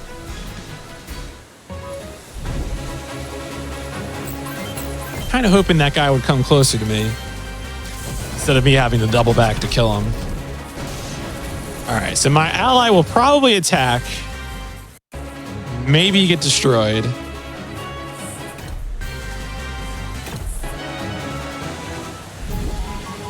All right, they're going to be able to kill him, I think, that enemy unit. Unusual outcome, but I'll take it. I'm going to hope against hope that most people's only experience with the Front Mission universe was not Left Alive, a game that I have started several times and have never completed yet. A game I desperately want to have some sort of redeeming value, but I have not been able to figure it out yet. That is,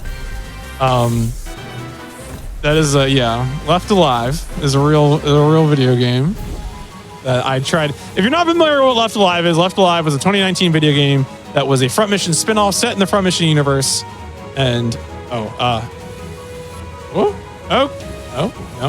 Okay. Quick save, quick load. Oh, don't pay attention. Nothing happened. Game is fine.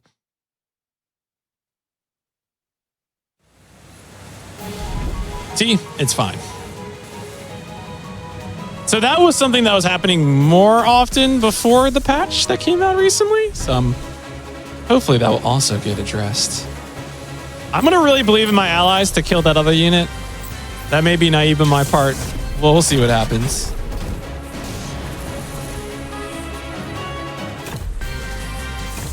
Oh, so close. Come on, hit the body. Oh my God, they're dismantling every part of that man. Which I mean, I guess is good because like once they take out the arms, you can't attack. All right, well that guy went. How many Wanzers does it take to take down one single OCU Wanzer? The answer may surprise you. Even if you took out these trucks without taking out the other units, you'd still have to defeat all the units in here.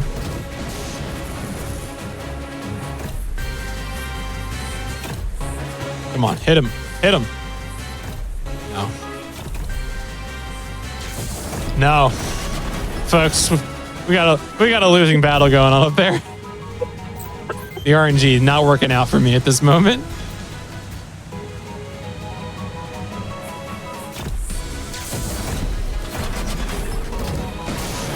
That's incredible. That guy might really win with like one arm. All right, well, you're going to witness me at the end of this battle have to like make 3 turns to get up there. Incredible. Yeah. Truly unlikely outcome, but here we are. Oh, Laurent might do it. He might pull it out. I was really hoping this commander would approach me so I could get between the 2 trucks. Yeah, that would have been optimal, but... Yeah. All right, whatever. Eventually, he will probably attack me once he runs out of long-distance ammo. The other thing, too, is that some missile launchers also have a minimum range of, like, 3. There we go. Have, like, a minimum range of 3, and so if you get within 2, they will approach you. Obviously, this guy's long-range weapon can fire it, too, so that's not happening. But that's like another thing that can happen is that missileers, if they have a minimum range 3, will choose to close the distance in melee instead of backing up and long distance attacking. Man, this guy's got a lot of ammo.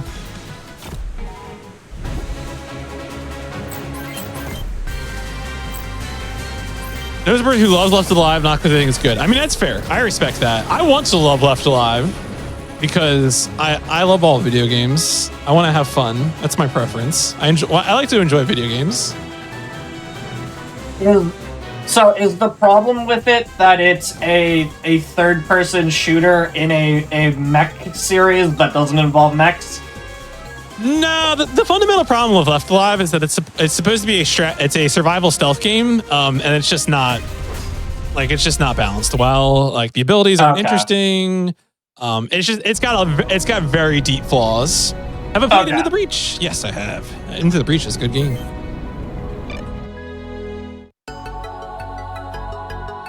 All right, so now we can go to the command room, get more updates. We gotta talk to him at least twice. And I think once we get updates on Belchka, you should be able to I know we have to talk to these guys again because I think they tell us about Belchka, which is the next location that we're going to. All right, now once we talk to all those, we can go back to the command room. Stewart should have more info for us. The enemy could be one step ahead of us. How do you mean? And this is going to allow us to go to Belchka and do the mission there.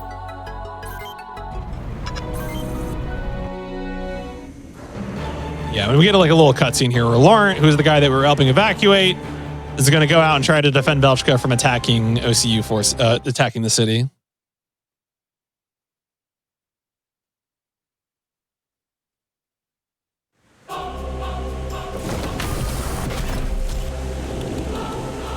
Now, initially, this battle is going to go very well for Laurent because he's using one of the biocomputer mechs, but then the thing's going to break. So, rip.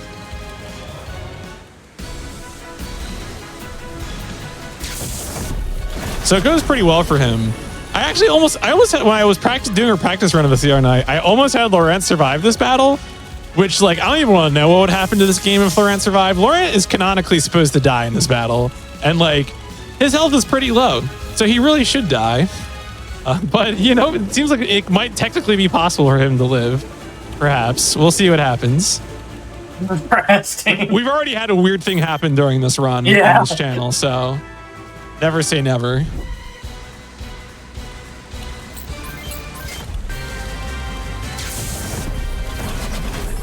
Honestly, like with a lot of the possibilities here, I'm very tempted to pick this game up just so I can test these things out.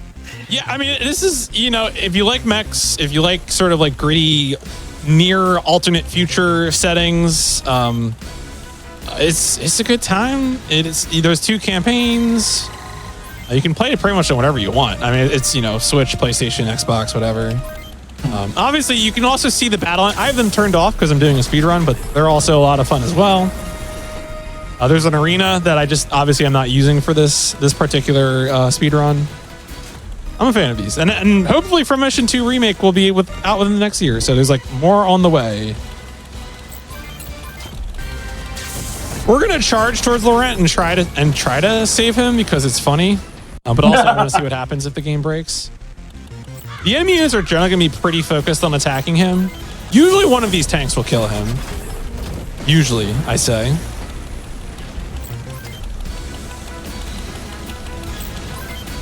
I wouldn't be surprised if Laurent's just programmed to blow up at the end. It would be exciting. Oh, here we go. Oh, okay. Spicy. So the switchboard was the first version to come out, and I would say it's fine. I think the battling is all really good. There's like one cutscene that has weird frame rate problems. I don't know if they've fixed that yet. But otherwise, it's perfectly fine. It is. I have done runs of this game on the Switch version because that was the first version to release. At this point, PC is probably going to be the way to go. I mean, I generally like playing things on PC, but you know, we'll see.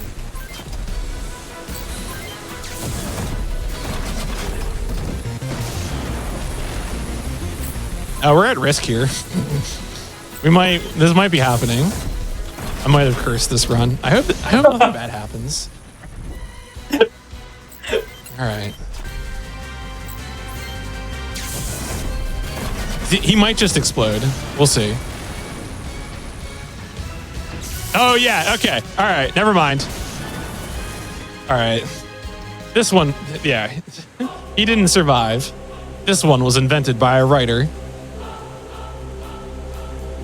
So anyway, it turns out that an evil scientist man is lurking around, and he is just got covered in evil science. So we're going to ask him about what happened.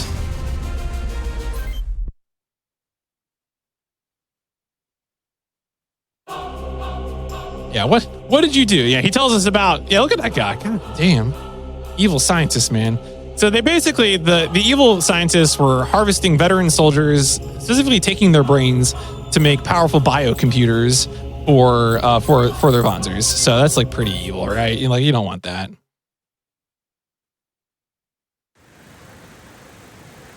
And now we're really mad and we're very, very righteous. So that we're going to go ahead and try to attack the Nirvana Institute. Is there a lot of randomness involved in the speed run? There's a bit of randomness in terms, especially earlier in the run when you're not able to target bodies. But once you get the dual skill as a short range attacker, it really helps a lot with being able to go straight for what you want. Anyway, so now we're going to head towards the Nirvana Institute. They know what's coming. They got to get out of Dodge. And this guy, Driscoll's going to tell the man in black to go fight us. Which we are happy to oblige him.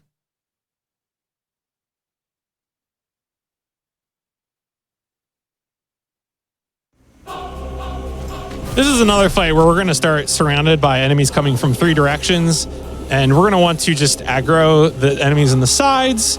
And that way it's going to be easier to get everyone just by kind of ducking in particular directions.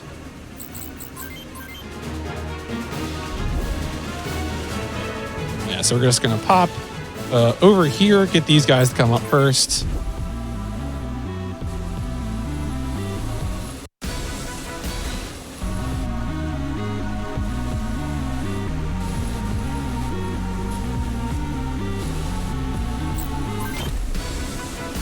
Yeah, Missileer just coming straight up to me just because I happen to be at the right distance. A lot of these enemies are going to use long-range attacks, but such is life. All right, and then we're going to get these to aggro as well. This whole time, all enemy units are now just going to approach me to fight me. So I'll still be taking out a bunch through counterattacks. Ooh, I got speed level 2 as well. Delicious. I didn't aggro the... Oh, there's the one on the right I didn't get. Oh, no. All right, I think I should be able to just go fight the boss probably, and that'll probably be enough. Yeah, because all 3 of those are up now. Those should move towards me, so let me just go and fight this guy, and that should move the other one towards me. Oh, actually, that man actually had enough health that I had to use Switch, but I did get a proc of Switch there. Switch only procs after you do the first attack, so it's kind of a chance to continue. And you can get multiple hits of Switch, so you can keep switching back and forth between left and right-handed weapons. That's incredibly busted. Yeah, you can get a lot of procs of it. I mean, the later front mission games, like Front Mission 2, and I'm not sure about 2, but I know of 3. 3 has skills that just can keep activating over and over and over. It's like a very silly game. It's pretty good. 3 is really good.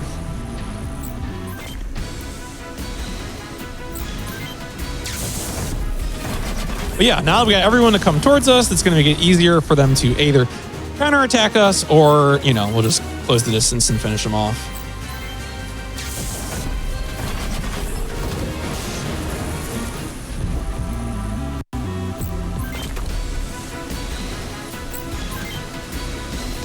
Oh, wow. That's rare. I am close to doing an upgrade, though. Yeah, FM3, very good game.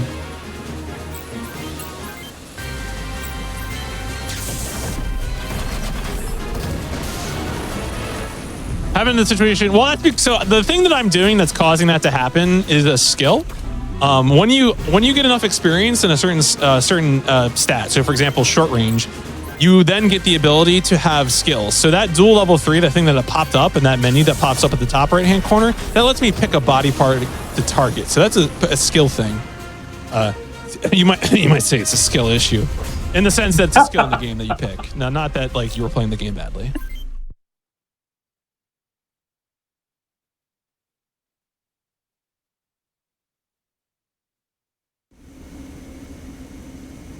All right, so now we're going to get arrested because it turns out mutinies are illegal. Amazing. Amazing.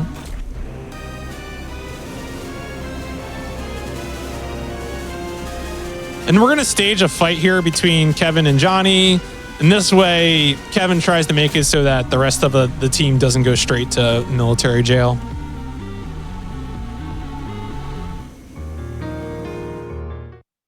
That's Gale. He's just kind of a jerk. We'll see him later.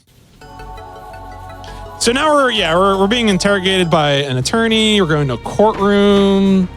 Just lots of stuff happening. Meanwhile, the UCS is like really losing the war, so that's going poorly for them. But then guess what? A spy is here. And the spy wants us to do spy stuff for her. So that's a rule. That's great. So now we can leave jail. Hell yeah. Oh, the mouse broke again. Okay, that's interesting. All right. Well, this is what happens when you play games near release. Sometimes there are bugs. All right. I do have a pad. This is going to make it a little easier. Folks, I'm just going to do a quick save and reboot the game so that it fixes the mouse. I am hopeful that this issue will be fixed soon. Don't worry about it.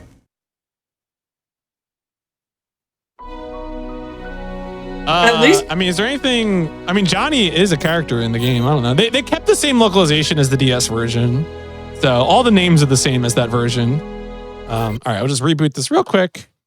As I said, this is just a little bit of an issue. Should be hopefully fixed soon with the mouse, and you can just reboot the game real quick and it fixes. The game has quick save, quick load. You can save anywhere, so not the end of the world.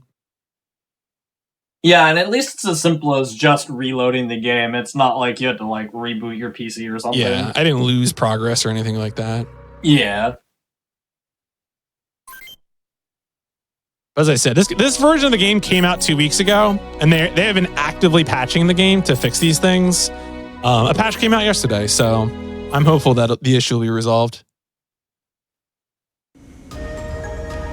All right. Anyway, let's go rescue our boys from prison.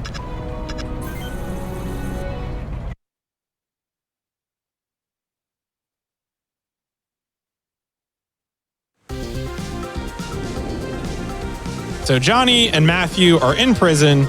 We're gonna get them out.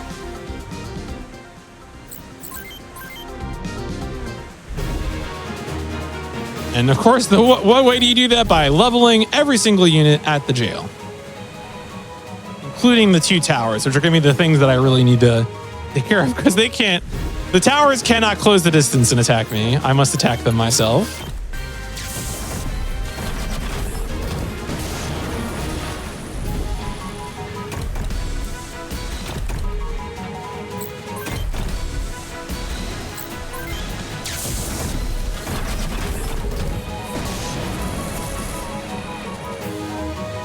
Thankfully, most of these units will move closer in and attack me, so while I'm, proceeding to the other tower, I'll be able to get in a lot of counterattacks.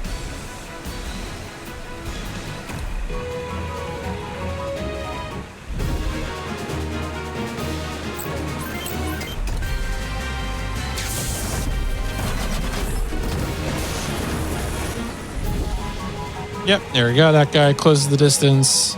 They're all aggroing on me now at this point. Unfortunately, the one guy didn't move between the trucks, so I'll have to spend the turn clearing him out of the way.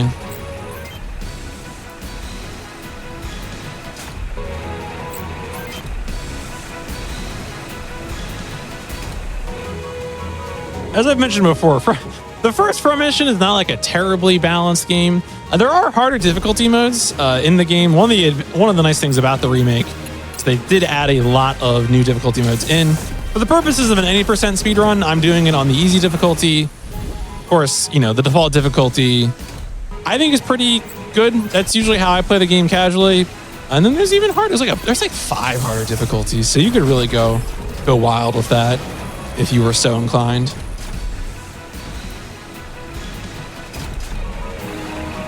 And the casual campaigns have a lot of like extra missions and stuff too. That of course are not going to be shown off in an 80% speedrun.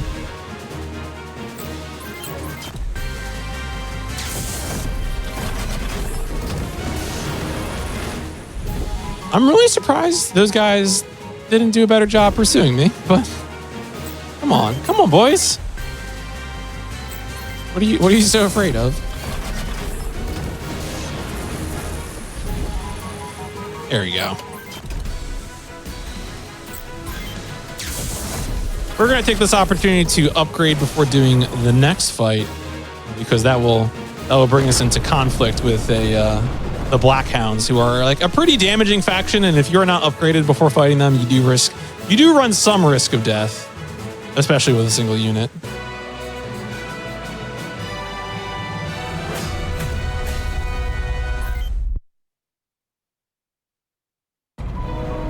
Go ahead to the city of Solit. I do love the bar atmosphere, very powerful. It's Okay. really well done. Yeah. No, I do enjoy the backgrounds in this. Okay, so let's go ahead and do some shopping real quick. We're gonna get an upgrade for our boy here. Yeah, as I said, we want to get these. Oh no, wait. Oh, I have to get more power. That's right. I always forget this. Boink. We don't want to get the. Oh wait, is that okay? That's good.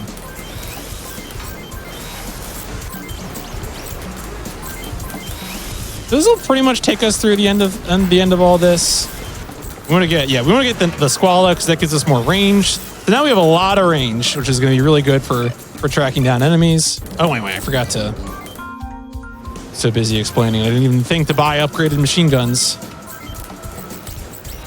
So we want to go for more hits. So instead of getting the Artiso, we want to get the Ibis, and we do want to get the last upgraded shield, which is the 14B. That's the last shield we're gonna get. Actually, I think now might be a good opportunity to do a break if you want to. Sure, yeah. That would be perfect time for a break. Awesome. Let's go ahead and do that then. Sure. So during these longer runs, we like to take a break every about hour or so, just so everybody can, get up, stretch, get some water, anything else they need to do. Just a quick reminder before we do that, though. Your subs, Prime Gaming subs, gift subs, and bitch cheered on the GDQ Twitch channel do help support the Gamescom Quick Hotfix. So if you like any of our daily content, any of our shows like Legally Q, Challenger Approaching, and our new one yesterday, which was Do All the Things. If you like these specials, the Resident Evil Relay stuff afterwards as well, all of that does get put on largely because of your support through subscriptions and stuff like that. So with that said, we're all set for a break. We'll see you in a few minutes for the rest of the run.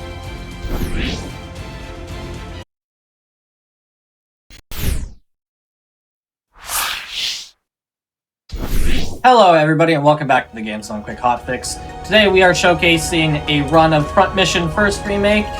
We're near the end of the run. I'll hand it right back over to PMC and whenever you're ready. Awesome. Yeah, so we're about to approach the final 4 missions of the game. About to get into dealing with the Nirvana Institute and sort of the real perpetrators behind evil science. Let's go ahead and get back into it. 3, 2, 1. Go. We got to get out of town. We got to go to the evil science place where they do the evil science, the Nirvana Institute, and we're finally going to track down some of the people involved, get into a fight with some of the responsible parties before we track down the real evil, who of course was one of our military bosses. Here, so this is the force I was kind of warning about. There's a lot of these guys, and they can do a bit of damage, so that's why we wanted to upgrade our mech before getting into this fight. Because these are the Black Hounds. They don't mess around. They are special ops. Also, they got this like cool theme. The theme of the Black Hounds, literally called that. They have their own theme song. That's how special they are. Good news though is that we brought in some pretty heavy upgrades. So we're gonna have a lot of health. We're gonna be in a good position to deal with what they're trying to do to us.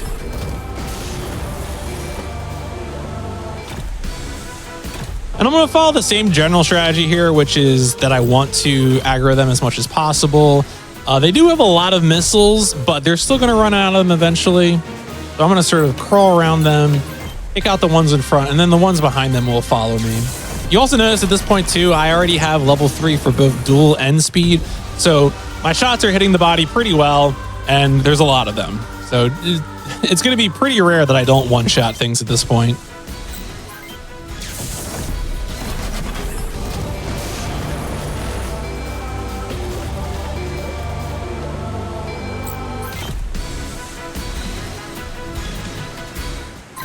You can see there we're close to maxing out dodge experience. So again, those are the 2 focuses for this run. The short experience we had maxed out halfway through the run. Short, generally speaking, short is OP. You can get by with anything in this game. You can succeed with melee and long, but the short range is really where it's at. There's an example of enemies that actually do have skills. So these are some of the first enemies that we encounter that also have skills. Up until now, that's been something that really only the player character has done.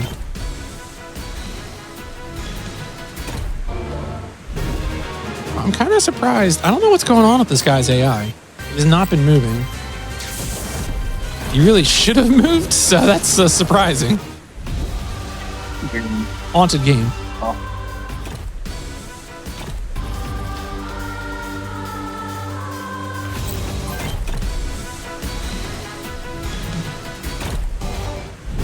All right, so we'll go ahead and take this guy out before. I expected this guy to run out of ammo sooner. I'm just going to play it safe rather than risk anything weird going on with the AI.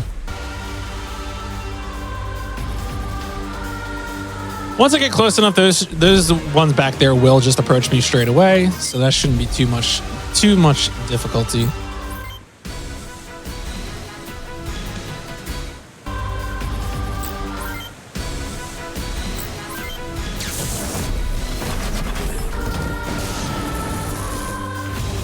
Yeah, there we go. They aggro from a very far range, which is nice.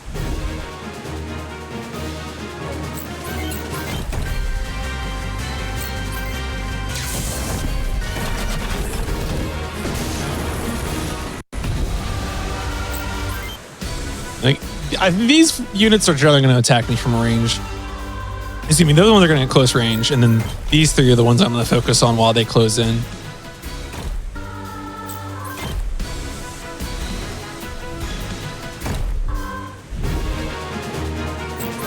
And as I mentioned before, you want to, as much as possible, put yourself between units, because even if a unit is a long-range attacker primarily, the AI is such that if they're next to you, they will opt for melee instead of back up and attack. That's a good example of that right there.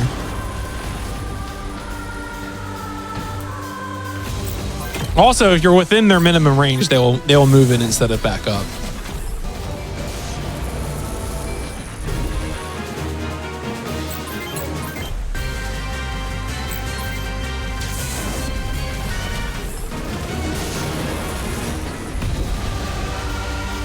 And there we go. That's the end of the Black Hound, or at least these Black Hounds. Oh yeah, it switched. There you go. Another example of an enemy having this kill. And he even survived. Incredible.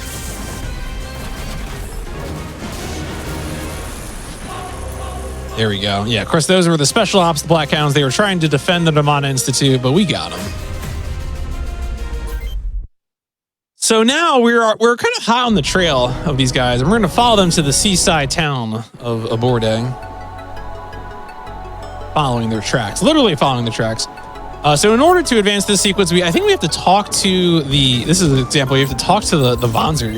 You can talk to the Vanzer dealer, but this time you have to really talk to him. He tells us about some stuff. Then we also have to go into the bar and talk to everyone as well. They'll have something. One of them, I think it's the bartender who talks about Maria. Take my input. Yeah, talk about the hotel outside of town. There we go. And that should cause Maria to appear. Yep, there we go. Now Maria appears. He's ready to have one last conversation with Kevin. Anyway, they walk by the sea, but this is a speed run. We gotta go. Go. But that also means the Black Hounds are once again here, and so we have to take care of them again. That was a good example right there of even if we don't use our allies, they still show up in cutscenes anyway. Unfortunate. Because they're showing up in their default mechs from the beginning of the game. Which, like, yeah, that is what they have.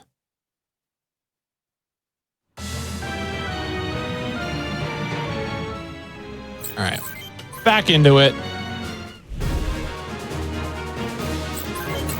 So we're going to take care of enemies that are up on the hill first, and then move down to the beach.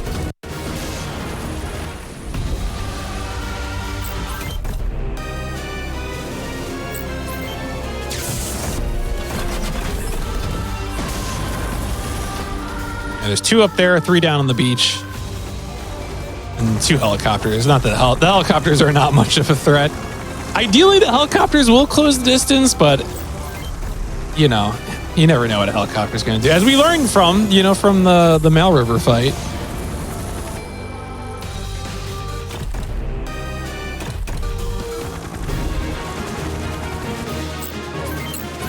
so that helicopter should come, because the thing is, you don't want to have to go up. You lose a lot of movement points ascending terrain, even with bipedal legs. So as much as possible, you want them to come down to you.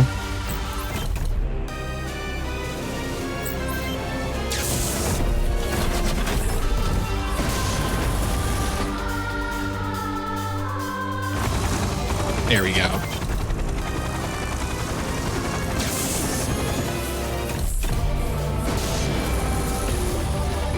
Nice. All right, they all came out.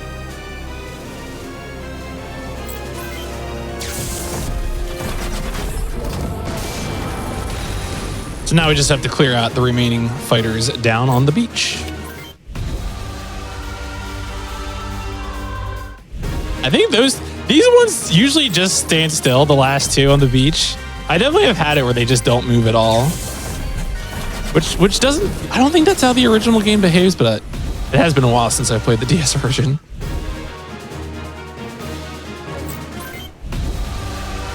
There we go.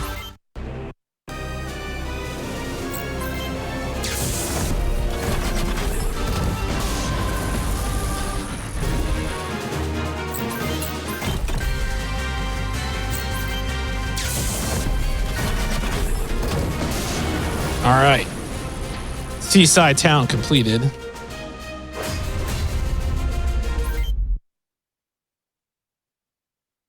So now we have two final missions here.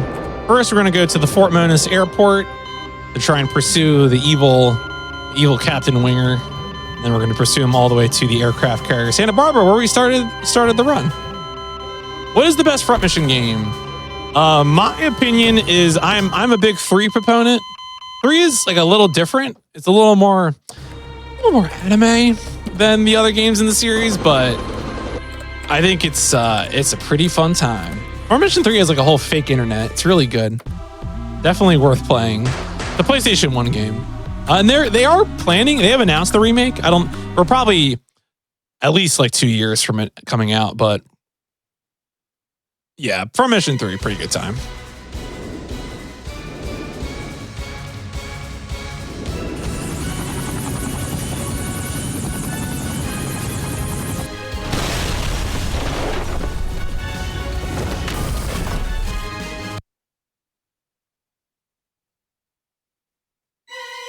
But at this point too, this game is like just light and breezy to play. Like, this is a pretty straightforward strategy RPG.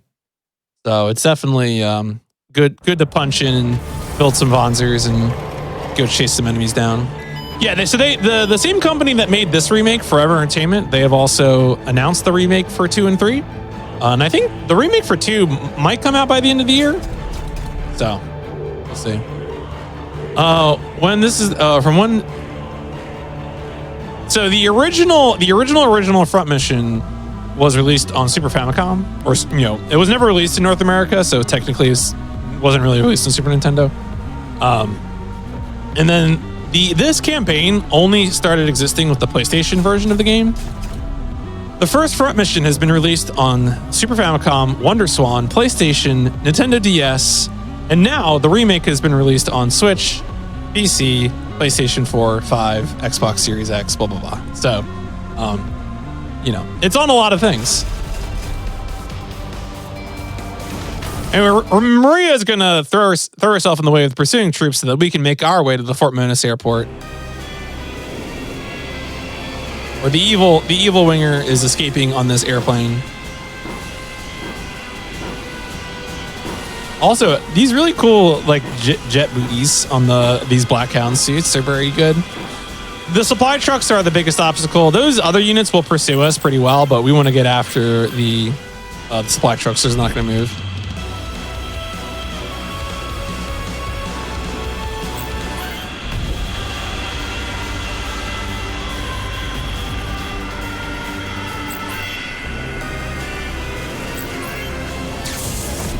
Yeah, so you can play like 1, 3, 4 Evolved in like officially in English. A lot of the spin-off games in the Front Mission series have not been localized.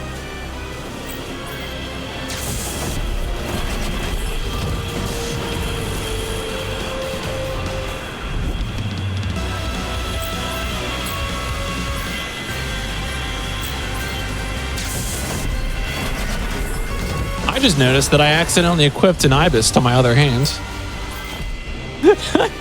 We're not going to acknowledge that.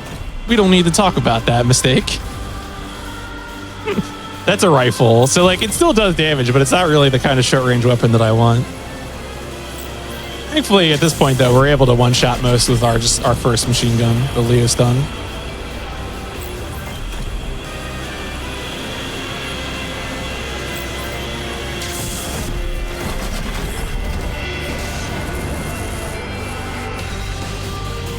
All right, so we're going to close the distance now on the supply truck. This will probably also aggro that other mobile armor that's right there.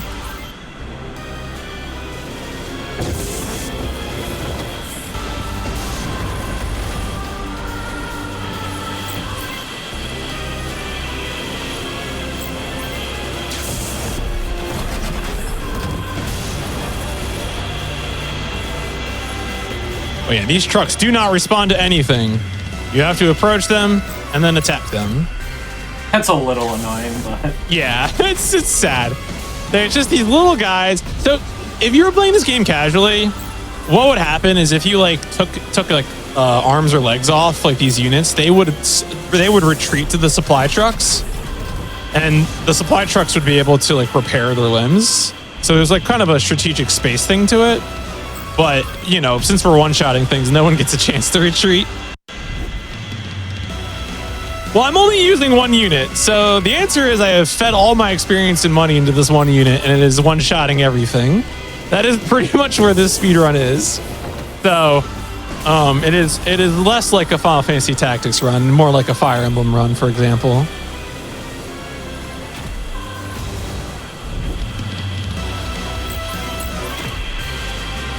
I say that having seen some Fire Emblem runs in passing and not being an expert in Fire. I'm not usually an RPG speedrunner. I'm usually more of an action game speedrunner. I'm more of an Armored Core guy than a front mission guy, but I do like mechs, so here I am playing front mission.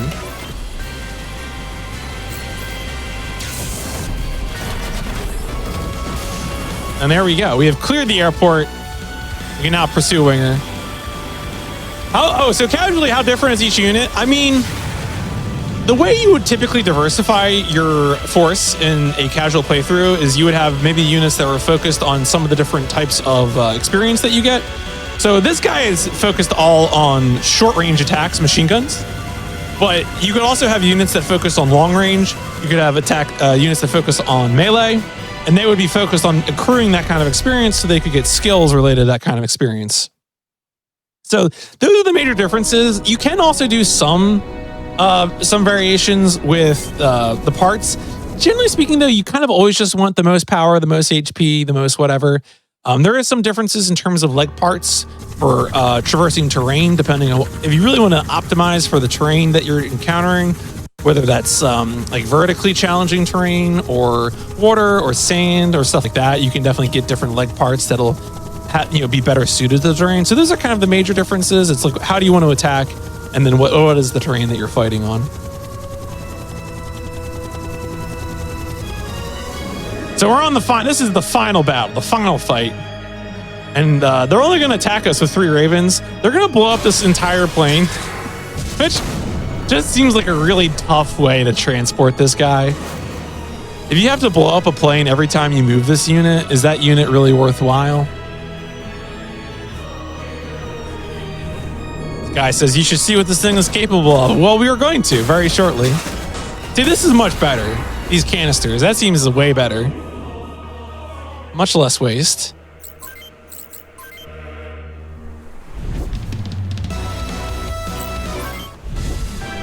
But yeah, these units aren't really going to stand much of a chance at this point compared to what we're doing.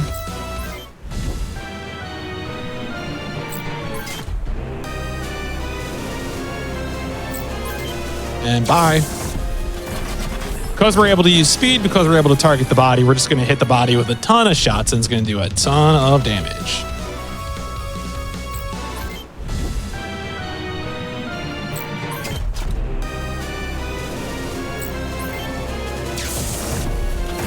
Yeah, this is definitely relatively straightforward compared to some of the later games.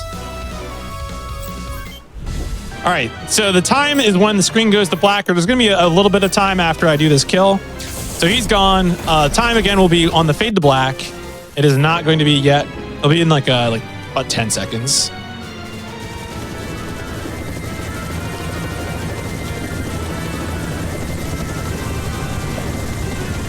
So now the spy lady who let us out of jail is going to arrest Brigadier General Winger.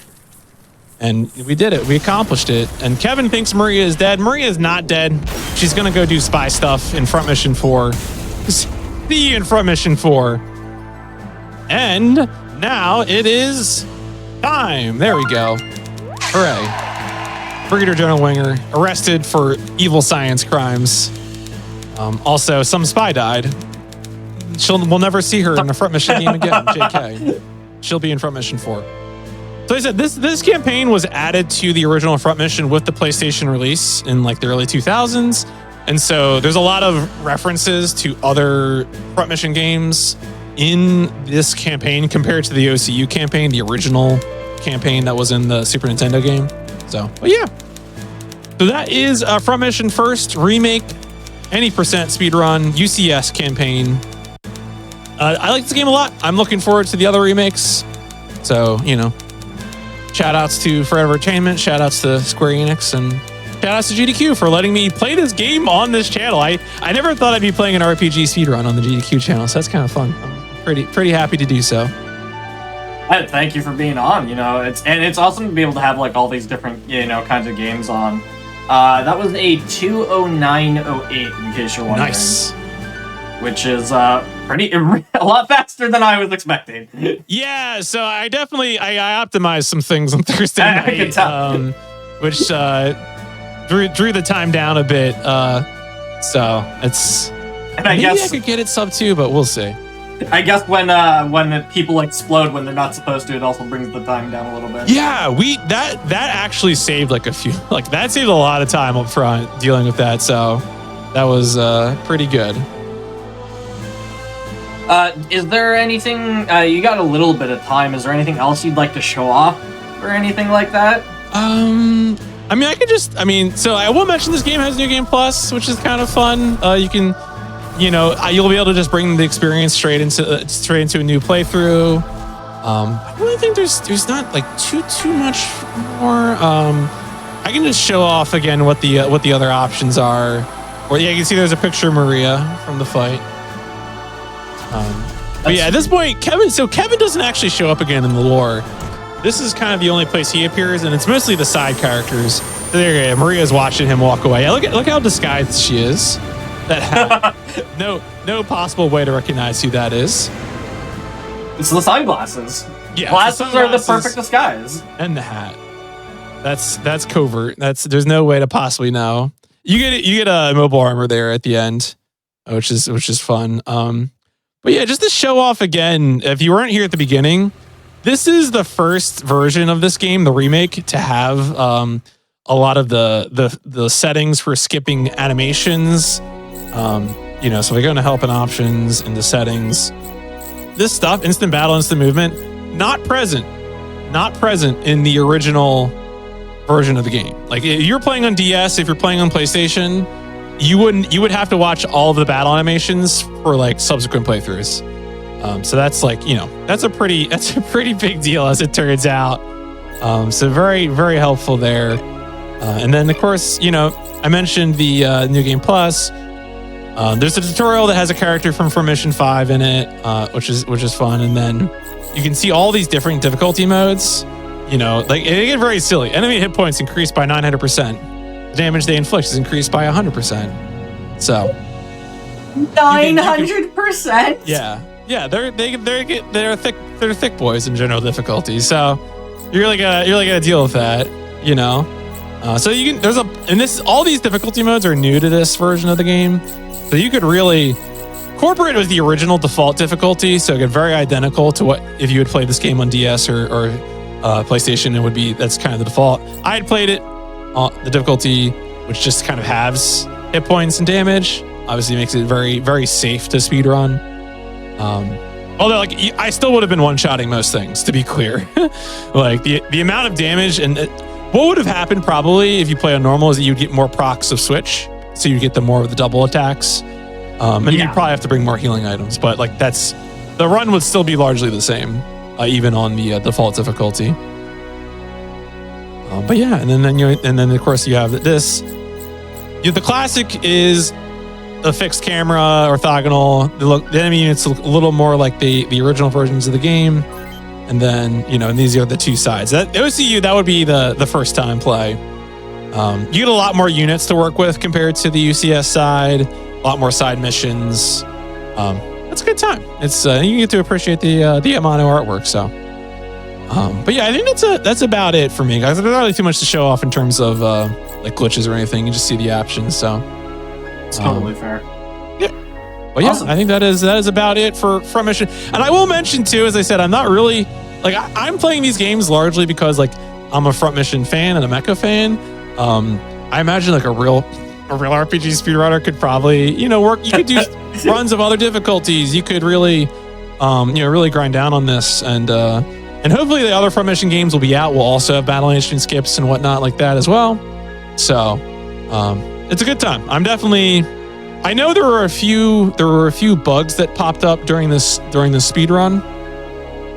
But like I'm hopeful those will be patched. They've already, as you can see, I've done runs on 2.0.1, 2.0.2, and 2.03 as the Steam version has been released.